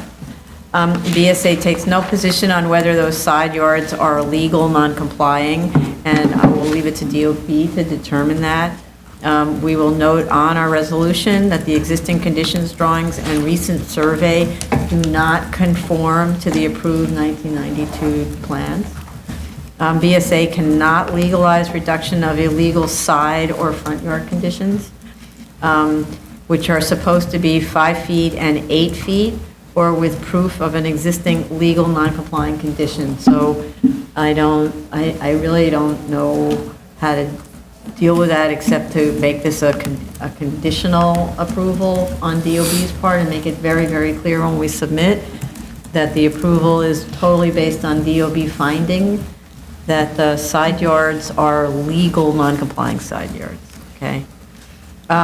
There is no total floor area provided on the plans, only the proposed floor area increase of 588 square feet, and I calculated actually 604 square feet. Added to the stated existing floor area, which is different from what's shown on the approved plans. A stated existing floor area is 3,432 square feet. If you add their increase of 588, you get 4,020 square feet. One FAR, and how many times we have to do this? One FAR times the lot area of 4,000 square feet equals 4,000 square feet, unless maybe you live on the moon, where maybe that affects somehow how math works. But, so the requested floor area must be reduced to 4,000 square feet. That equals one FAR. And that needs to be submitted by close of business today, or I'm going to close and recommend not to approve the application because of how long this has been going on with a non-responsive applicant. I wish, and this is again a request to applicant's counsel, who I hope is listening, that applicant would look through the submission prior to submitting, and then have the architect correct the drawings consistent with our standards. We shouldn't be the one who is making these discoveries. That's the job of their lawyer.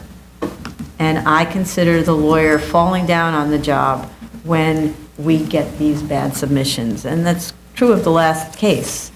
And I'm saying it publicly because I don't know how else to convey this information anymore. Okay, anybody else? Okay. Item number 21, 26315BZ, 4547 Little Clove Road, Staten Island. There is a request to withdraw this application. Okay, and I would say that given the community board and the borough president were very concerned about this case, so I think they should be notified by us that the application is being withdrawn, so that at least they know what the prosecution of the case is. Yeah, did you want to add I something? just wanted to add, this site is, I think, few blocks to the west of the Cupidity okay. site. And on this one, the community had, in their review, expressed concerns about the traffic backup that they were experiencing from the existing development, which is the Narrows Extension Road. So Right. I just want us to keep that in our mind when we're, and that was one of my concerns with the Cupidity and the multifamily dwelling that has a curb cut that Even though we're not on that application, I'm familiar with that road. The idea of putting that amount right. of people, a massive amount of traffic is, I've been backed up on that road, so. I think it would have lasting effects outside of Staten Island, up through the Verrazano Bridge and into Right, well, Brooklyn. let's not discuss that Yeah, I case, understand. let's stay on this case. But, okay, yeah, I do see the comments from the borough president on this case. Right. That there were many community complaints about medical vehicle drop-offs within the travel lanes of Little Clove Road due to the volume of traffic funneled through Little Clove. One misplaced stop could inundate the entire corridor as far east as Targee Street. And it goes on. And that's just concern about one car beginning the pile up, basically, yeah. Okay. Item number 22, 2017-231BZ, 765 Pennsylvania Avenue, Brooklyn. Okay, as requested, the trash storage and container enclosure were constructed. I didn't see photos of the landscaping installed, only instead photos of sad grass surrounded by broken curbs. Again, I don't really understand these kinds of submissions. You know, when you see that photograph, that we're going to have trouble with this. Why don't you just turn around and tell your client, you know what, you need to fix this. Otherwise, I'm going to be, your lawyer, I'm going to be spending a lot of money, of your money, sitting here for hours, waiting till it's my time to come up. And then they're going to tell me what I'm telling you, right? I don't get why this isn't happening. However, they did show very recent outreach to DOT for street trees. This outreach was like a week ago. And we asked for sound attenuation around the HVAC equipment on the roof, and I didn't see any sign of that. There's also this broken wall that the photograph reveals, the broken wall. Anyway. Sorry, I'm in that moment of confusion about representation by council. You know, what are they doing? Kind of. I think the key here is they have to say, you are being penny wise and pound foolish, because you are going to spend a lot more in legal fees if you're not going to spend the money on making this site look beautiful. But I'm not even sure they're advised. I get the impression that there's no advice, that the council doesn't say to the client, this isn't going to fly, you just sent me these terrible photographs. You might be right.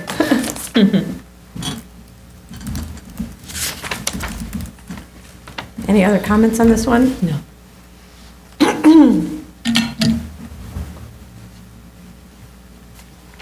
Though the last submission was of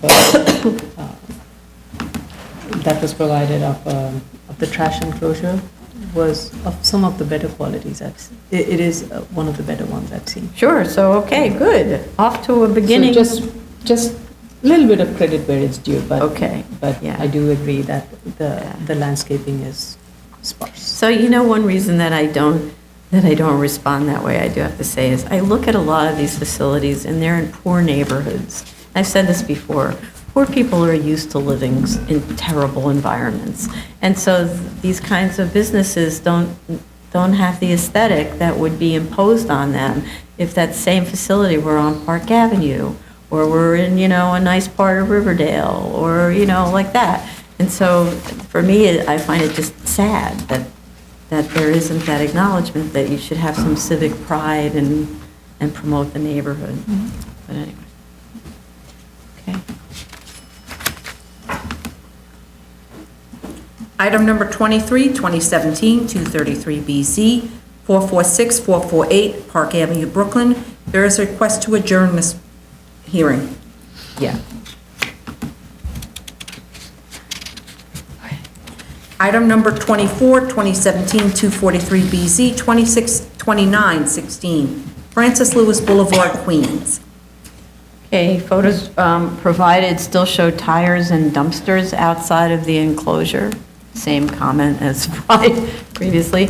Sale products are still being displayed outside, like the antifreeze and so on. These are all comments from the last hearing. They were supposed to have removed, had been testimony by Civic Association about wires and a banner that should be removed, or is that removed? There's a sign that you can read very clearly that says Pride Pest Control. Whose sign is that? Whose property is that? If it's theirs, they need to take it down. The landscape plan doesn't include the triangular area around the stairs at 172nd Street, which is shown in photos 1 and 2. The landscaping in that area is incomplete. It's kind of like sort of there, not really there. Yeah. Anybody else? They were supposed to give us a revised statement that reconciled the grant expiration date between two different pages, which they haven't given us yet.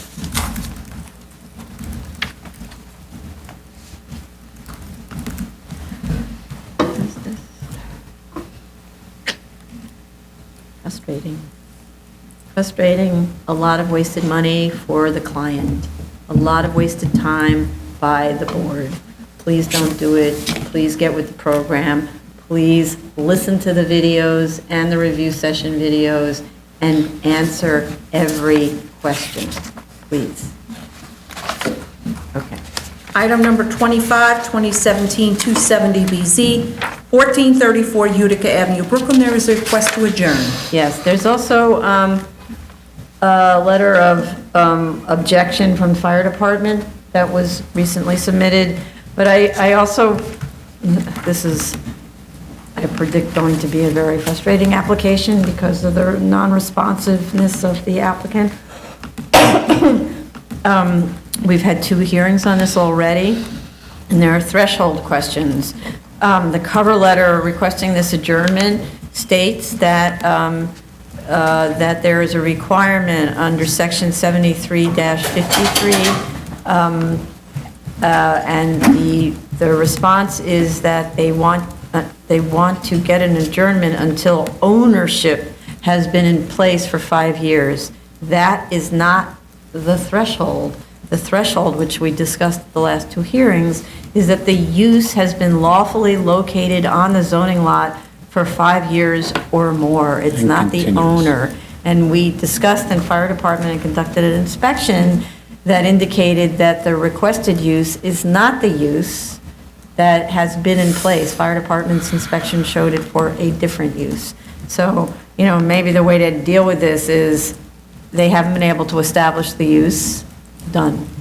Because that's the one of the first requirements in the threshold. So, I'm actually thinking that the applicant's representative should come so we can talk about this, so not agree to the adjournment. because we're not waiting for owner to vest ownership for 5 years. We're waiting for proof that the use has been in existence for 5 years. And continuous. And continuous. Well, it says, the language, to be specific, says, "The use for which a special permit is being sought has been lawfully located on the zoning lot on which the expansion is to occur for 5 years or more." So you want us to reach out to Mr. Laurie? and tell Yeah, him to show up he tomorrow? needs to come, because it's kind of a waste of It time may to be- delay this. It may be wise for him to withdraw the application at this time. Yeah, that's another approach. Okay. Item number 26, 2017-272BZ, 10-1946 Road, Queens. We have a request for adjournment. Right, so here we go again. This is a request for a very long adjournment, and I don't understand why. They're asking for like February 2020. This is a legalization of a CrossFit gym.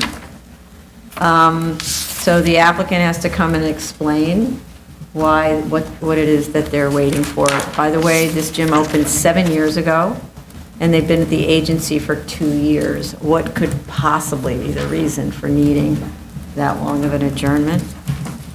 And they, by the way, they adjourned in June. Last time we heard them was March. So I think the answer is no. So have them show up tomorrow, too. Yeah. Okay.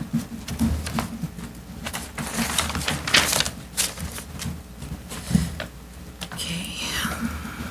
Item number 27, 2018-3BZ, 154-160 West 124th Street, Manhattan. There is a request to adjourn this. Yeah, so feels like something's going around. So we last heard this case 1 year ago at the first hearing, which was quite an interesting hearing, and it's been adjourned twice since.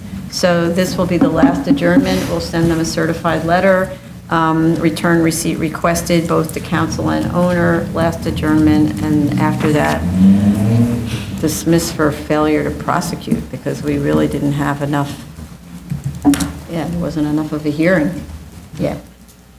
Or they can withdraw, which would be wise.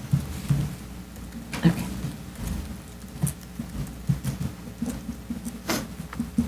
Item number 28, 2018-53BZ, 104 DeGraw Street, Brooklyn.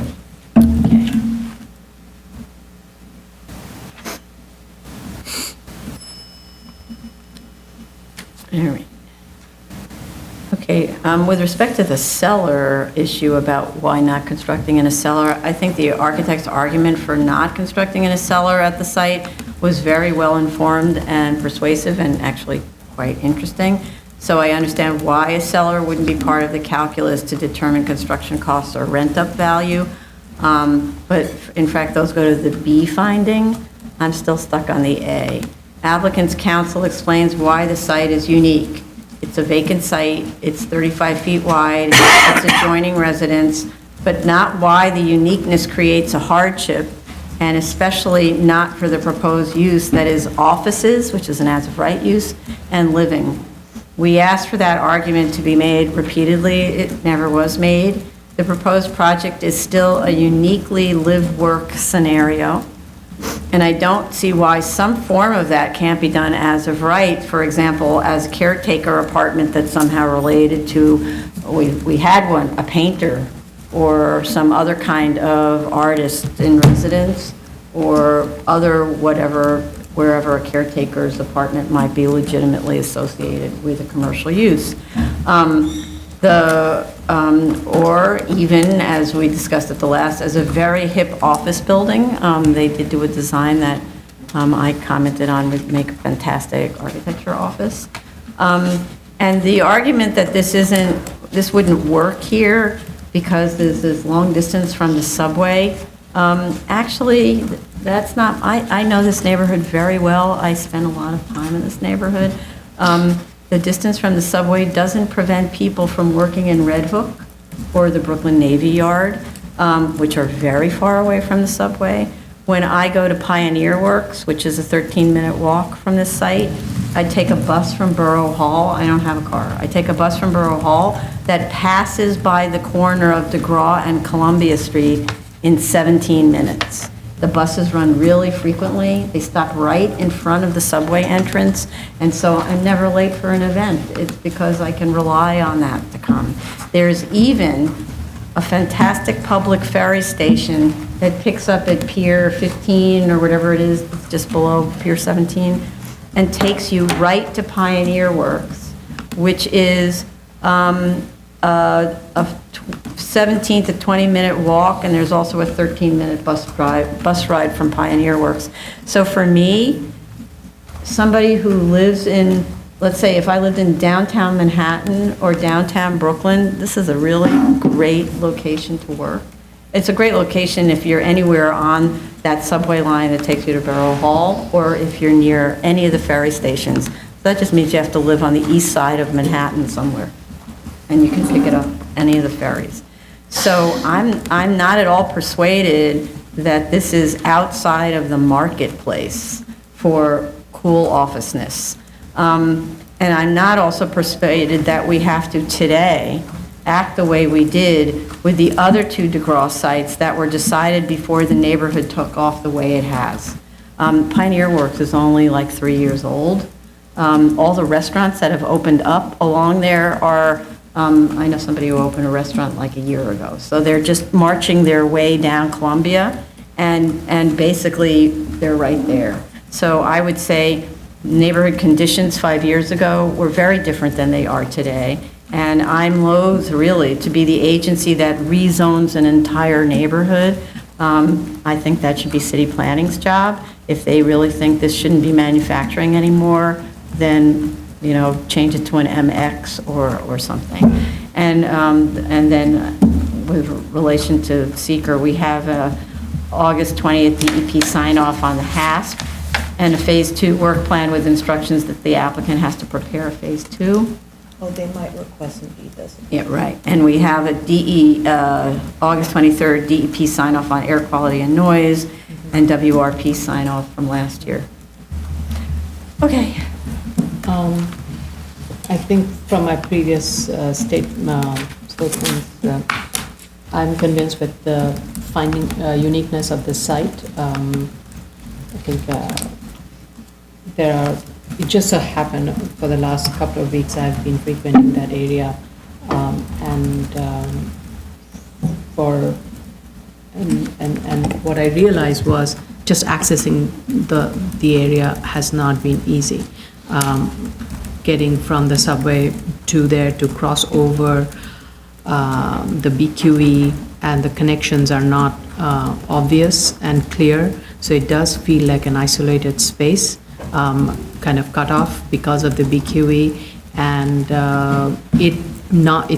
though one may see the water, that doesn't mean it is close to the water, and it being surrounded by residential uses does not quite lend itself to being an appropriate space for a more of an active office or restaurant uses. So I think that there is a uniqueness to the site, and I'm actually fine with the proposal as it stands. I believe that the chair has some legitimate issues that make one pause when they consider whether the A finding has been found, because I think truly it is an issue for me of widening that door to allow wider sites to claim a hardship in providing as-of-right uses in an industrial area. And I am always mindful of whether or not what we grant is going to be a de facto rezoning. And so I recognize that in the chair's arguments, and therefore I'm willing to not come to a final conclusion as to whether or not this site has met the A finding. And I know that the usual procedure is when A is still undecided or not settled, we shouldn't go to B or E, but I would like to make my E finding comments public should we ever proceed there, because I did ask for information and I've received it, and I'm not exactly in agreement with the assumptions made by the financial rep. So for instance, I did ask for on the E finding that the residential rents be increased, given the fact that the comps that they previously gave were not relevant to me. as comparables, and they did actually raise the rent now to $9,500 monthly for the residential, but then they made a statement that they wanted to let us know that we raised the residential rent even though we thought that the office rent being at $55 a square foot was the premium office rent, given the fact that it was a residential live-work situation, and that the office rent was benefiting from residential, and that the residential was benefiting from the office, and that an upward adjustment to the office accounted for both. I'm in disagreement with that completely. I'm glad that they did raise the rent to $9,500, and I'm glad that they didn't adjust the office rent down. So I just wanted to say that. Now, as for the construction costs, I told them that I felt that the construction costs that they gave us were high, and when I was making that statement, I was talking about the combination of the hard costs, the soft costs, and the FF&E. And so I said, go to Marshall and Swift and show me the Marshall and Swift cost factor and see if you exceed that. They then came back and said they went to Marshall and Swift, and the cost factor is $346 a square foot for the proposed, and that the previous cost estimate is $306 a square foot is actually lower than Marshall and Swift. However, when you go to their financial statement, they have cost estimator, price per square foot in hard costs, and they also have soft costs. The interesting thing about Marshall and Swift is it actually includes soft costs and hard costs in that cost factor. So I'm concerned that there may be some double counting, and I'm also concerned that maybe the financial representative is not aware of the fact that Marshall and Swift has soft costs included into the cost factor. So I have two links that I can give to our project manager that if they want to forward it for information sake, they can forward it to them, but I think that should be addressed when they hand in the statements again. And not only that, my statement about construction costs also actually had to do with the as-of-right scenario. So they also need to look at that and give me the Marshall and Swift cost factor for the industrial and the office projects as well.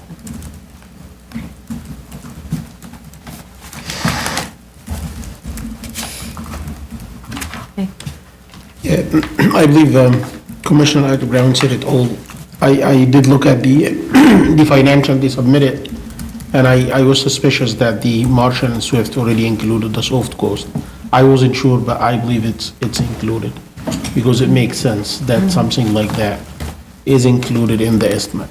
Well, I just wanted to say that the links that I says it includes architect/engineer's fees, plans, plan check, building permit fees, surveys, construction loan interest for the duration of the project, materials and labor, and contractor fees. Which are mostly the Which is soft. most of the soft Yeah. costs, yeah. So this is one thing. The other thing, I still at the opinion that I like arrived at last hearing, that this site is there is no clear uniqueness that is associated with this site, and again, I'm afraid that if we move forward with a site like this and grant something on it, we're gonna look like we're rezoning what shouldn't be rezoned, at least by us.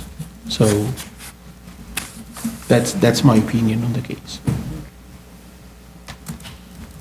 Commissioner Spadafore? I share that opinion with the chair and majority of the board. My concern is setting a precedent here and opening up floodgates, and we don't, I don't see any way we can tailor this decision to, but I think that's looking at it from the wrong way. Have they shown an A finding, and at this time, with the concern of precedent, I'm unsure that they did.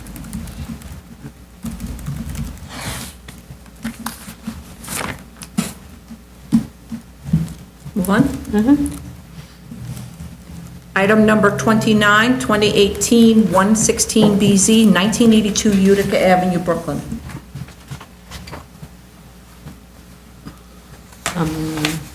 Photos were provided to show landscaping installed. I didn't remember that we agreed on 2 vacuum stations. Did we do that, one of them near the resident? No, that was a question I had. I thought we only agreed on one, I thought. and we had asked them to remove, yeah.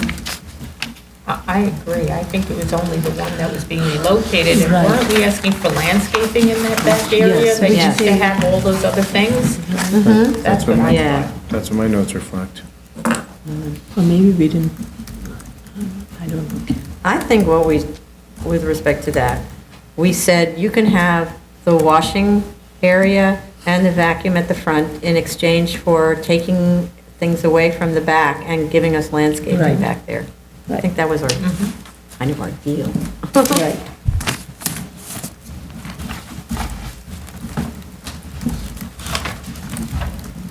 Go ahead. Yeah. Ready? Yeah. New cases on the zoning calendar, item number 1, 2018-177BZ, 2061 Ave, Ocean Parkway, Brooklyn. Okay, we have proof of service of initial application to officials and notice of hearing to officials and neighbors. Community Board recommends approval. No Sanborn map was ever provided to establish existing conditions, though requested in the notice of comments. The radius map should be 400-foot minimum, but exclude non-R5 district buildings. 1.25 FAR is the as of right. The proposal is for 1.27 FAR, and so I ask what's the need for this minute waiver? For example, they're including the storage shed as part of the floor area. I didn't check the zoning about whether it has to count. I think there are times it doesn't have to count. This is the It's a- first time actually I'm seeing that Yeah. being counted. It's the architect is calling it out as masonry. I don't know that storage sheds are assumed to be temporary structures, because of course they never are. Yeah. So I don't know about that. The FAR study, though, doesn't justify the 1.27 FAR at all. And I'd also like to know what the justification for the 20-foot rear yard incursion at the second floor is. The figured ground map doesn't show what is claimed on the statement of facts. They should provide a survey showing the as-built conditions at the rear yards of the adjacent properties at the north, south, and east, and their heights in stories and feet. Anybody else on this? With regards to the demolition plan, the percentage of exterior wall being retained per floor, and that needs to be provided. Right, they didn't, yeah, I didn't comment on that because it's very obvious that it's just a rear addition and the retaining, but yeah, it's true that the demo plan is a standard Right. requirement. Just for completeness. Yeah.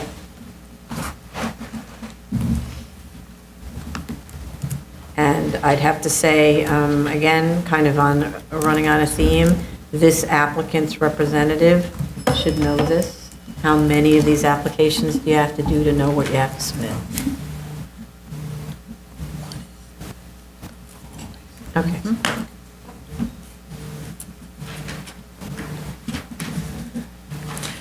Item number 2, 2019-29BZ, 30 Clinton Avenue, Brooklyn. Okay. We have proof of service of initial application to officials and of notice of hearing to officials and neighbors. They gave a detailed description of their curriculum to satisfy the 1210 school definition, which is a requirement of the 7319. With respect to the search for properties in districts where a school would be permitted as of right, the applicant provided a list of properties that were looked at, but the search criteria isn't clear. Since the subject site is to be owned by the applicant with ground-up construction, all of the other sites considered were rentals, and the applicant stated it couldn't find improvements, couldn't fund improvements. So I'd like to understand better, this is a 5-story, 50,000 square foot building where they acquired the site. This is very costly. I don't understand not being able to fund improvements versus building ground up and acquiring a site. Why? So I don't think this is an apples to apples comparison of site search. But it is within 130 feet from an R8, R7D district, so it meets that threshold. The community board recommends approval, but with strong reservations concerning student safety and environmental issues, with 27 board members to approve, 7 opposed, and 6 abstentions. So a lot of board members had trouble with this application. Statement of facts is inconsistent with respect to the projected growth within given timeframes. Needs to be corrected. I'd like to understand the purpose of the fenced-in area in the 10-foot deep front yard setback. What is the depth of the fenced area relative to the building wall? And what's it there for anyway, except obstructing the sidewalk when you have lots and lots of kids gathering in an area where obviously you need to have as many kids close to the building as possible. It seems like the fencing is preventing that from happening. Fire department has a letter of August 27th, which objects to the rooftop playground access, so that needs to be addressed. And then, of course, DOT had many comments with respect to school safety, traffic, and parking. In addition, they provided many photos of the sidewalk at and around the site obstructed with trucks being repaired, forklifts, full pallets, etc. The school safety letter brought up additional serious concerns, so the applicant needs to respond to the simple question, all of the concerns presented by DOT and school safety, but how will children be protected from the chaos on the sidewalks? How will buses and parents handle drop-offs and pickups in the face of all the competition with adjacent businesses, et cetera? And for me, I personally, I'm concerned on these applications in two directions. I'm concerned about how you handle the children, many of whom will be walking in this case, because you have older kids. How you protect them sort of from the forklifts and running between trucks and all of that stuff. And on the other hand, how do you protect the businesses? So for me, a big part of introducing these uses into manufacturing districts is our goal is not to scare the businesses away, it's to work with them.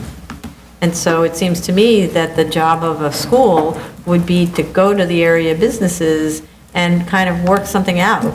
And I wanted to use as the example where I go often is around that Avenue School that we approved a couple of years ago, which is, there's two of them in the manufacturing district. When I go there, I don't even notice that there's a school there. And that's a busy manufacturing, tons of trucks there all the time. I don't know what they do to organize that the kids are not prevalent with respect to the businesses, but this school has to figure out some sort of system where both the kids are protected and the businesses are not basically forced out as a result of danger being imposed on the kids. And then in terms of environmental, Landmarks Commission requires a work plan for archaeological testing. That's interesting because we don't see that so often, but this is a very old part of Brooklyn, but does sign off on shadows. We do have WRP sign off, and DEP had an April 19th, 17th letter that had comments on the Phase 2 work plan, but with that modification accepts the work plan and the HASP and directs the applicant to conduct the Phase 2, which may or may not be an E designation instead. And DEP also had a June 25th letter that had comments on air quality and noise. I'd also like to know if DEP studied the appropriateness of rooftop play, if the window wall attenuation has to be 28 and 31 dBA, and the rooftop play area is actually facing the BQE. So it's not like your kind of calm play area, there's the roar of the BQE. So was DEP aware of that? And that should be specifically asked of them. And it's abutting the residential use right behind it. So they actually specifically looked at the sensitive receptors in their analysis, but what they didn't comment on is children playing on the roof in a situation where it's super noisy and maybe of questionable air quality, BQ8. I mean, I don't know. And I just want to note again in terms of those area of business, this location is just outside of the Brooklyn Navy Yard Industrial Business Zone. So just like less than a block away is the outline of a protected business zone, and be aware of us not, let's say, for us to be aware of the impacts on businesses. I just wanted to make sure that you all saw that the applicant did submit a memo in response to some of school safety's concerns. It's Okay. in the school safety folder, and that was presented to school safety in a meeting, Right, but school safety's letter is after that. is after. But if Right. you wanted to look at that memo and Okay. see what, like, ideas they had. Right, okay. Okay, other comment? I think my concern is with regards to, the school safety, given the uses that are around and the active uses of different types from auto repair to active warehouse. I would want to get a more detailed operation plan from the school as to how the school operation will not impact the existing businesses and will ensure a smooth transition of students getting off and on the bus or private vehicles. Also need to be mindful that most of the residential uses from which these children will be coming are across the BQE, so they will have to cross. I mean, of course, there's a sidewalk that runs under the BQE, but it is an active section of the BQE where vehicles are, moving at a pretty fast pace to enter BQE. There is a traffic light, but I think I would like to get a better understanding of from which direction children will be coming when they're walking, and how they will ensure the safety of the crossing from that street. So I also share some concerns about student safety during arrival and departure, and I was wondering if the school reached out to the neighborhood to try and find some kind of a solution that would not allow for the clash of both their business delivery arrivals and departures with the schools. And like, for instance, there are certain areas of the city where they've actually requested from DOT that the street be closed during certain hours through traffic. Has that been considered, or has there been any consideration to at least closing off that portion of the street that would be northbound, since they actually are considering only a southerly trip for all of the buses and cars? And like, for instance, in my neighborhood, we have a block that is used for the school's school bus arrival. And what they do is, in order to ensure that the buses and the cars can get down that block going in an easterly fashion, there are no left turns or right turns allowed onto that block for westbound traffic between like 7 and 9 in the morning. And there's a DOT sign in place, and that enables the school to put up traffic dollies, and they literally close off that side, and they have a monitor standing there that makes sure that nobody makes a westerly turn onto that block during those times, so that this way the school bus and all of the cars, of which there are many, can make their way to that no standing no standing school zone parking spot and drop off their kids and then keep going. So I'm wondering if they considered any ideas like that. It might make for a much safer situation for everybody. Okay, great. Okay, one of my comments is that on the drawings, the first floor was shown, the elevation of the first floor was shown as elevation 20. I'm not sure what is the reference for this, or what is the datum for that. So I would like if they indicate on the drawings what datum is this. And I believe the proposed building is kind of tall. It's about, I believe it's 5-story if I recall. I did look at the aerial images, and I believe the building is kind of tall with regard to the adjacent building, so I'm not But so sure. this is simply a use waiver under a special permit where we don't actually look at, The I bulk. believe, the bulk, because it's an as-of-right structure, right? So the structure's as-of-right, it's just being occupied by something that's not Yes. as-of-right. But isn't it as of right if the use was as of right? But since the use is not, permitted as of right, The bulk is as-of-right. actually, without more, not sure that we look at neighborhood character on these things, but we should check, right? Because it's a special permit and the special permit criteria apply, so.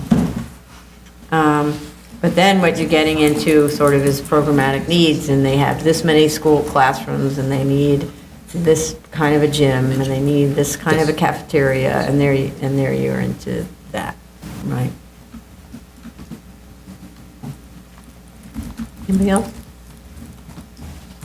I have nothing more to add. My major concern was the arrival and dismissal and how that would affect, but I think that was already spoken about.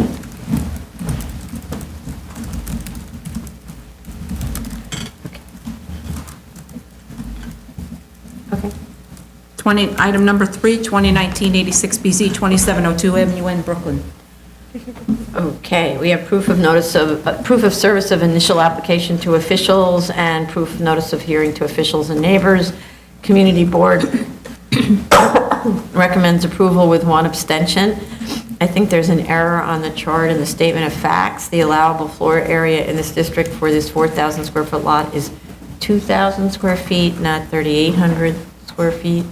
A CO was issued in 2013. They should provide the floor plans upon which that was based to establish the legal conditions. I'm curious how this is an almost 3,000 square foot existing home, and how it got C of O for that.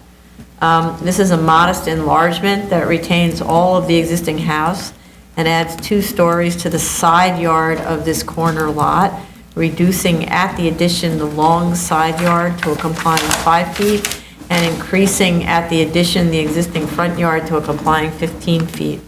So I don't have a problem with the application as long as the existing building is legal. Move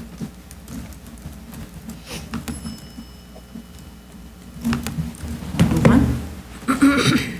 Do I move on? Ooh. Item number 4, 2019-87BZ, 2624 Avenue M, Brooklyn. Okay. We have proof of service of initial application to officials and proof of notice of hearing to officials and neighbors. This is also a relatively modest addition at the front and rear of the building, plus a partial occupiable attic level. Side and front yards are complying on this corner lot. I'm not understanding, however, how the attic level can penetrate the sky exposure plane, which begins its rise to run 15 feet from the front lot line at a height of 25 feet off the base plane.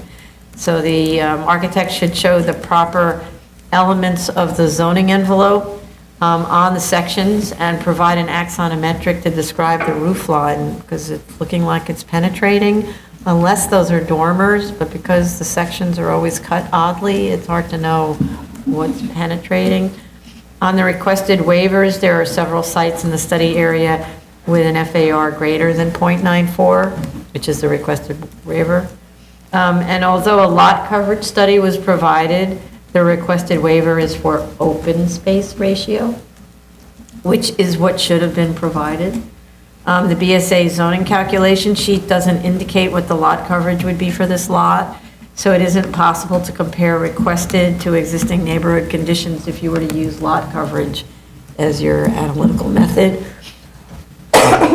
even though the waiver is for open space ratio. And I've heard that the people who prepare these analyses don't know how to calculate open space ratio.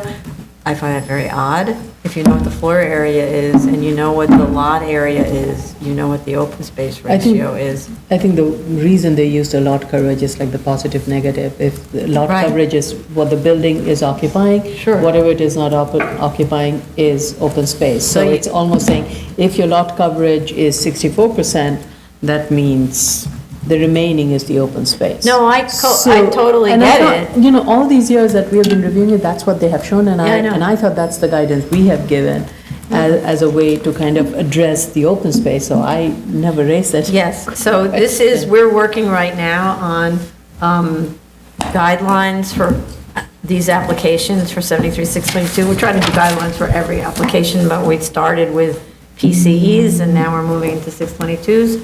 And in doing the list of requirements, we're realizing, oh, some sites or some zoning districts look at open space, some are lot coverage, and some look at open space ratio, and they're different things. And so, and what we've been told is they don't know how to calculate open space ratio, but an Excel spreadsheet would do that for you extremely quickly if you just knew the floor area. They often provide floor area analyses, so you would just throw that data in and you would get the answer. So it seems like no one realized that we have the authority to waive open space ratio and open space / lot coverage, which are different things.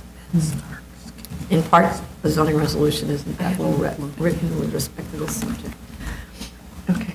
Anybody else? Yeah, they need to correct the zoning chart regarding the proposed front yard.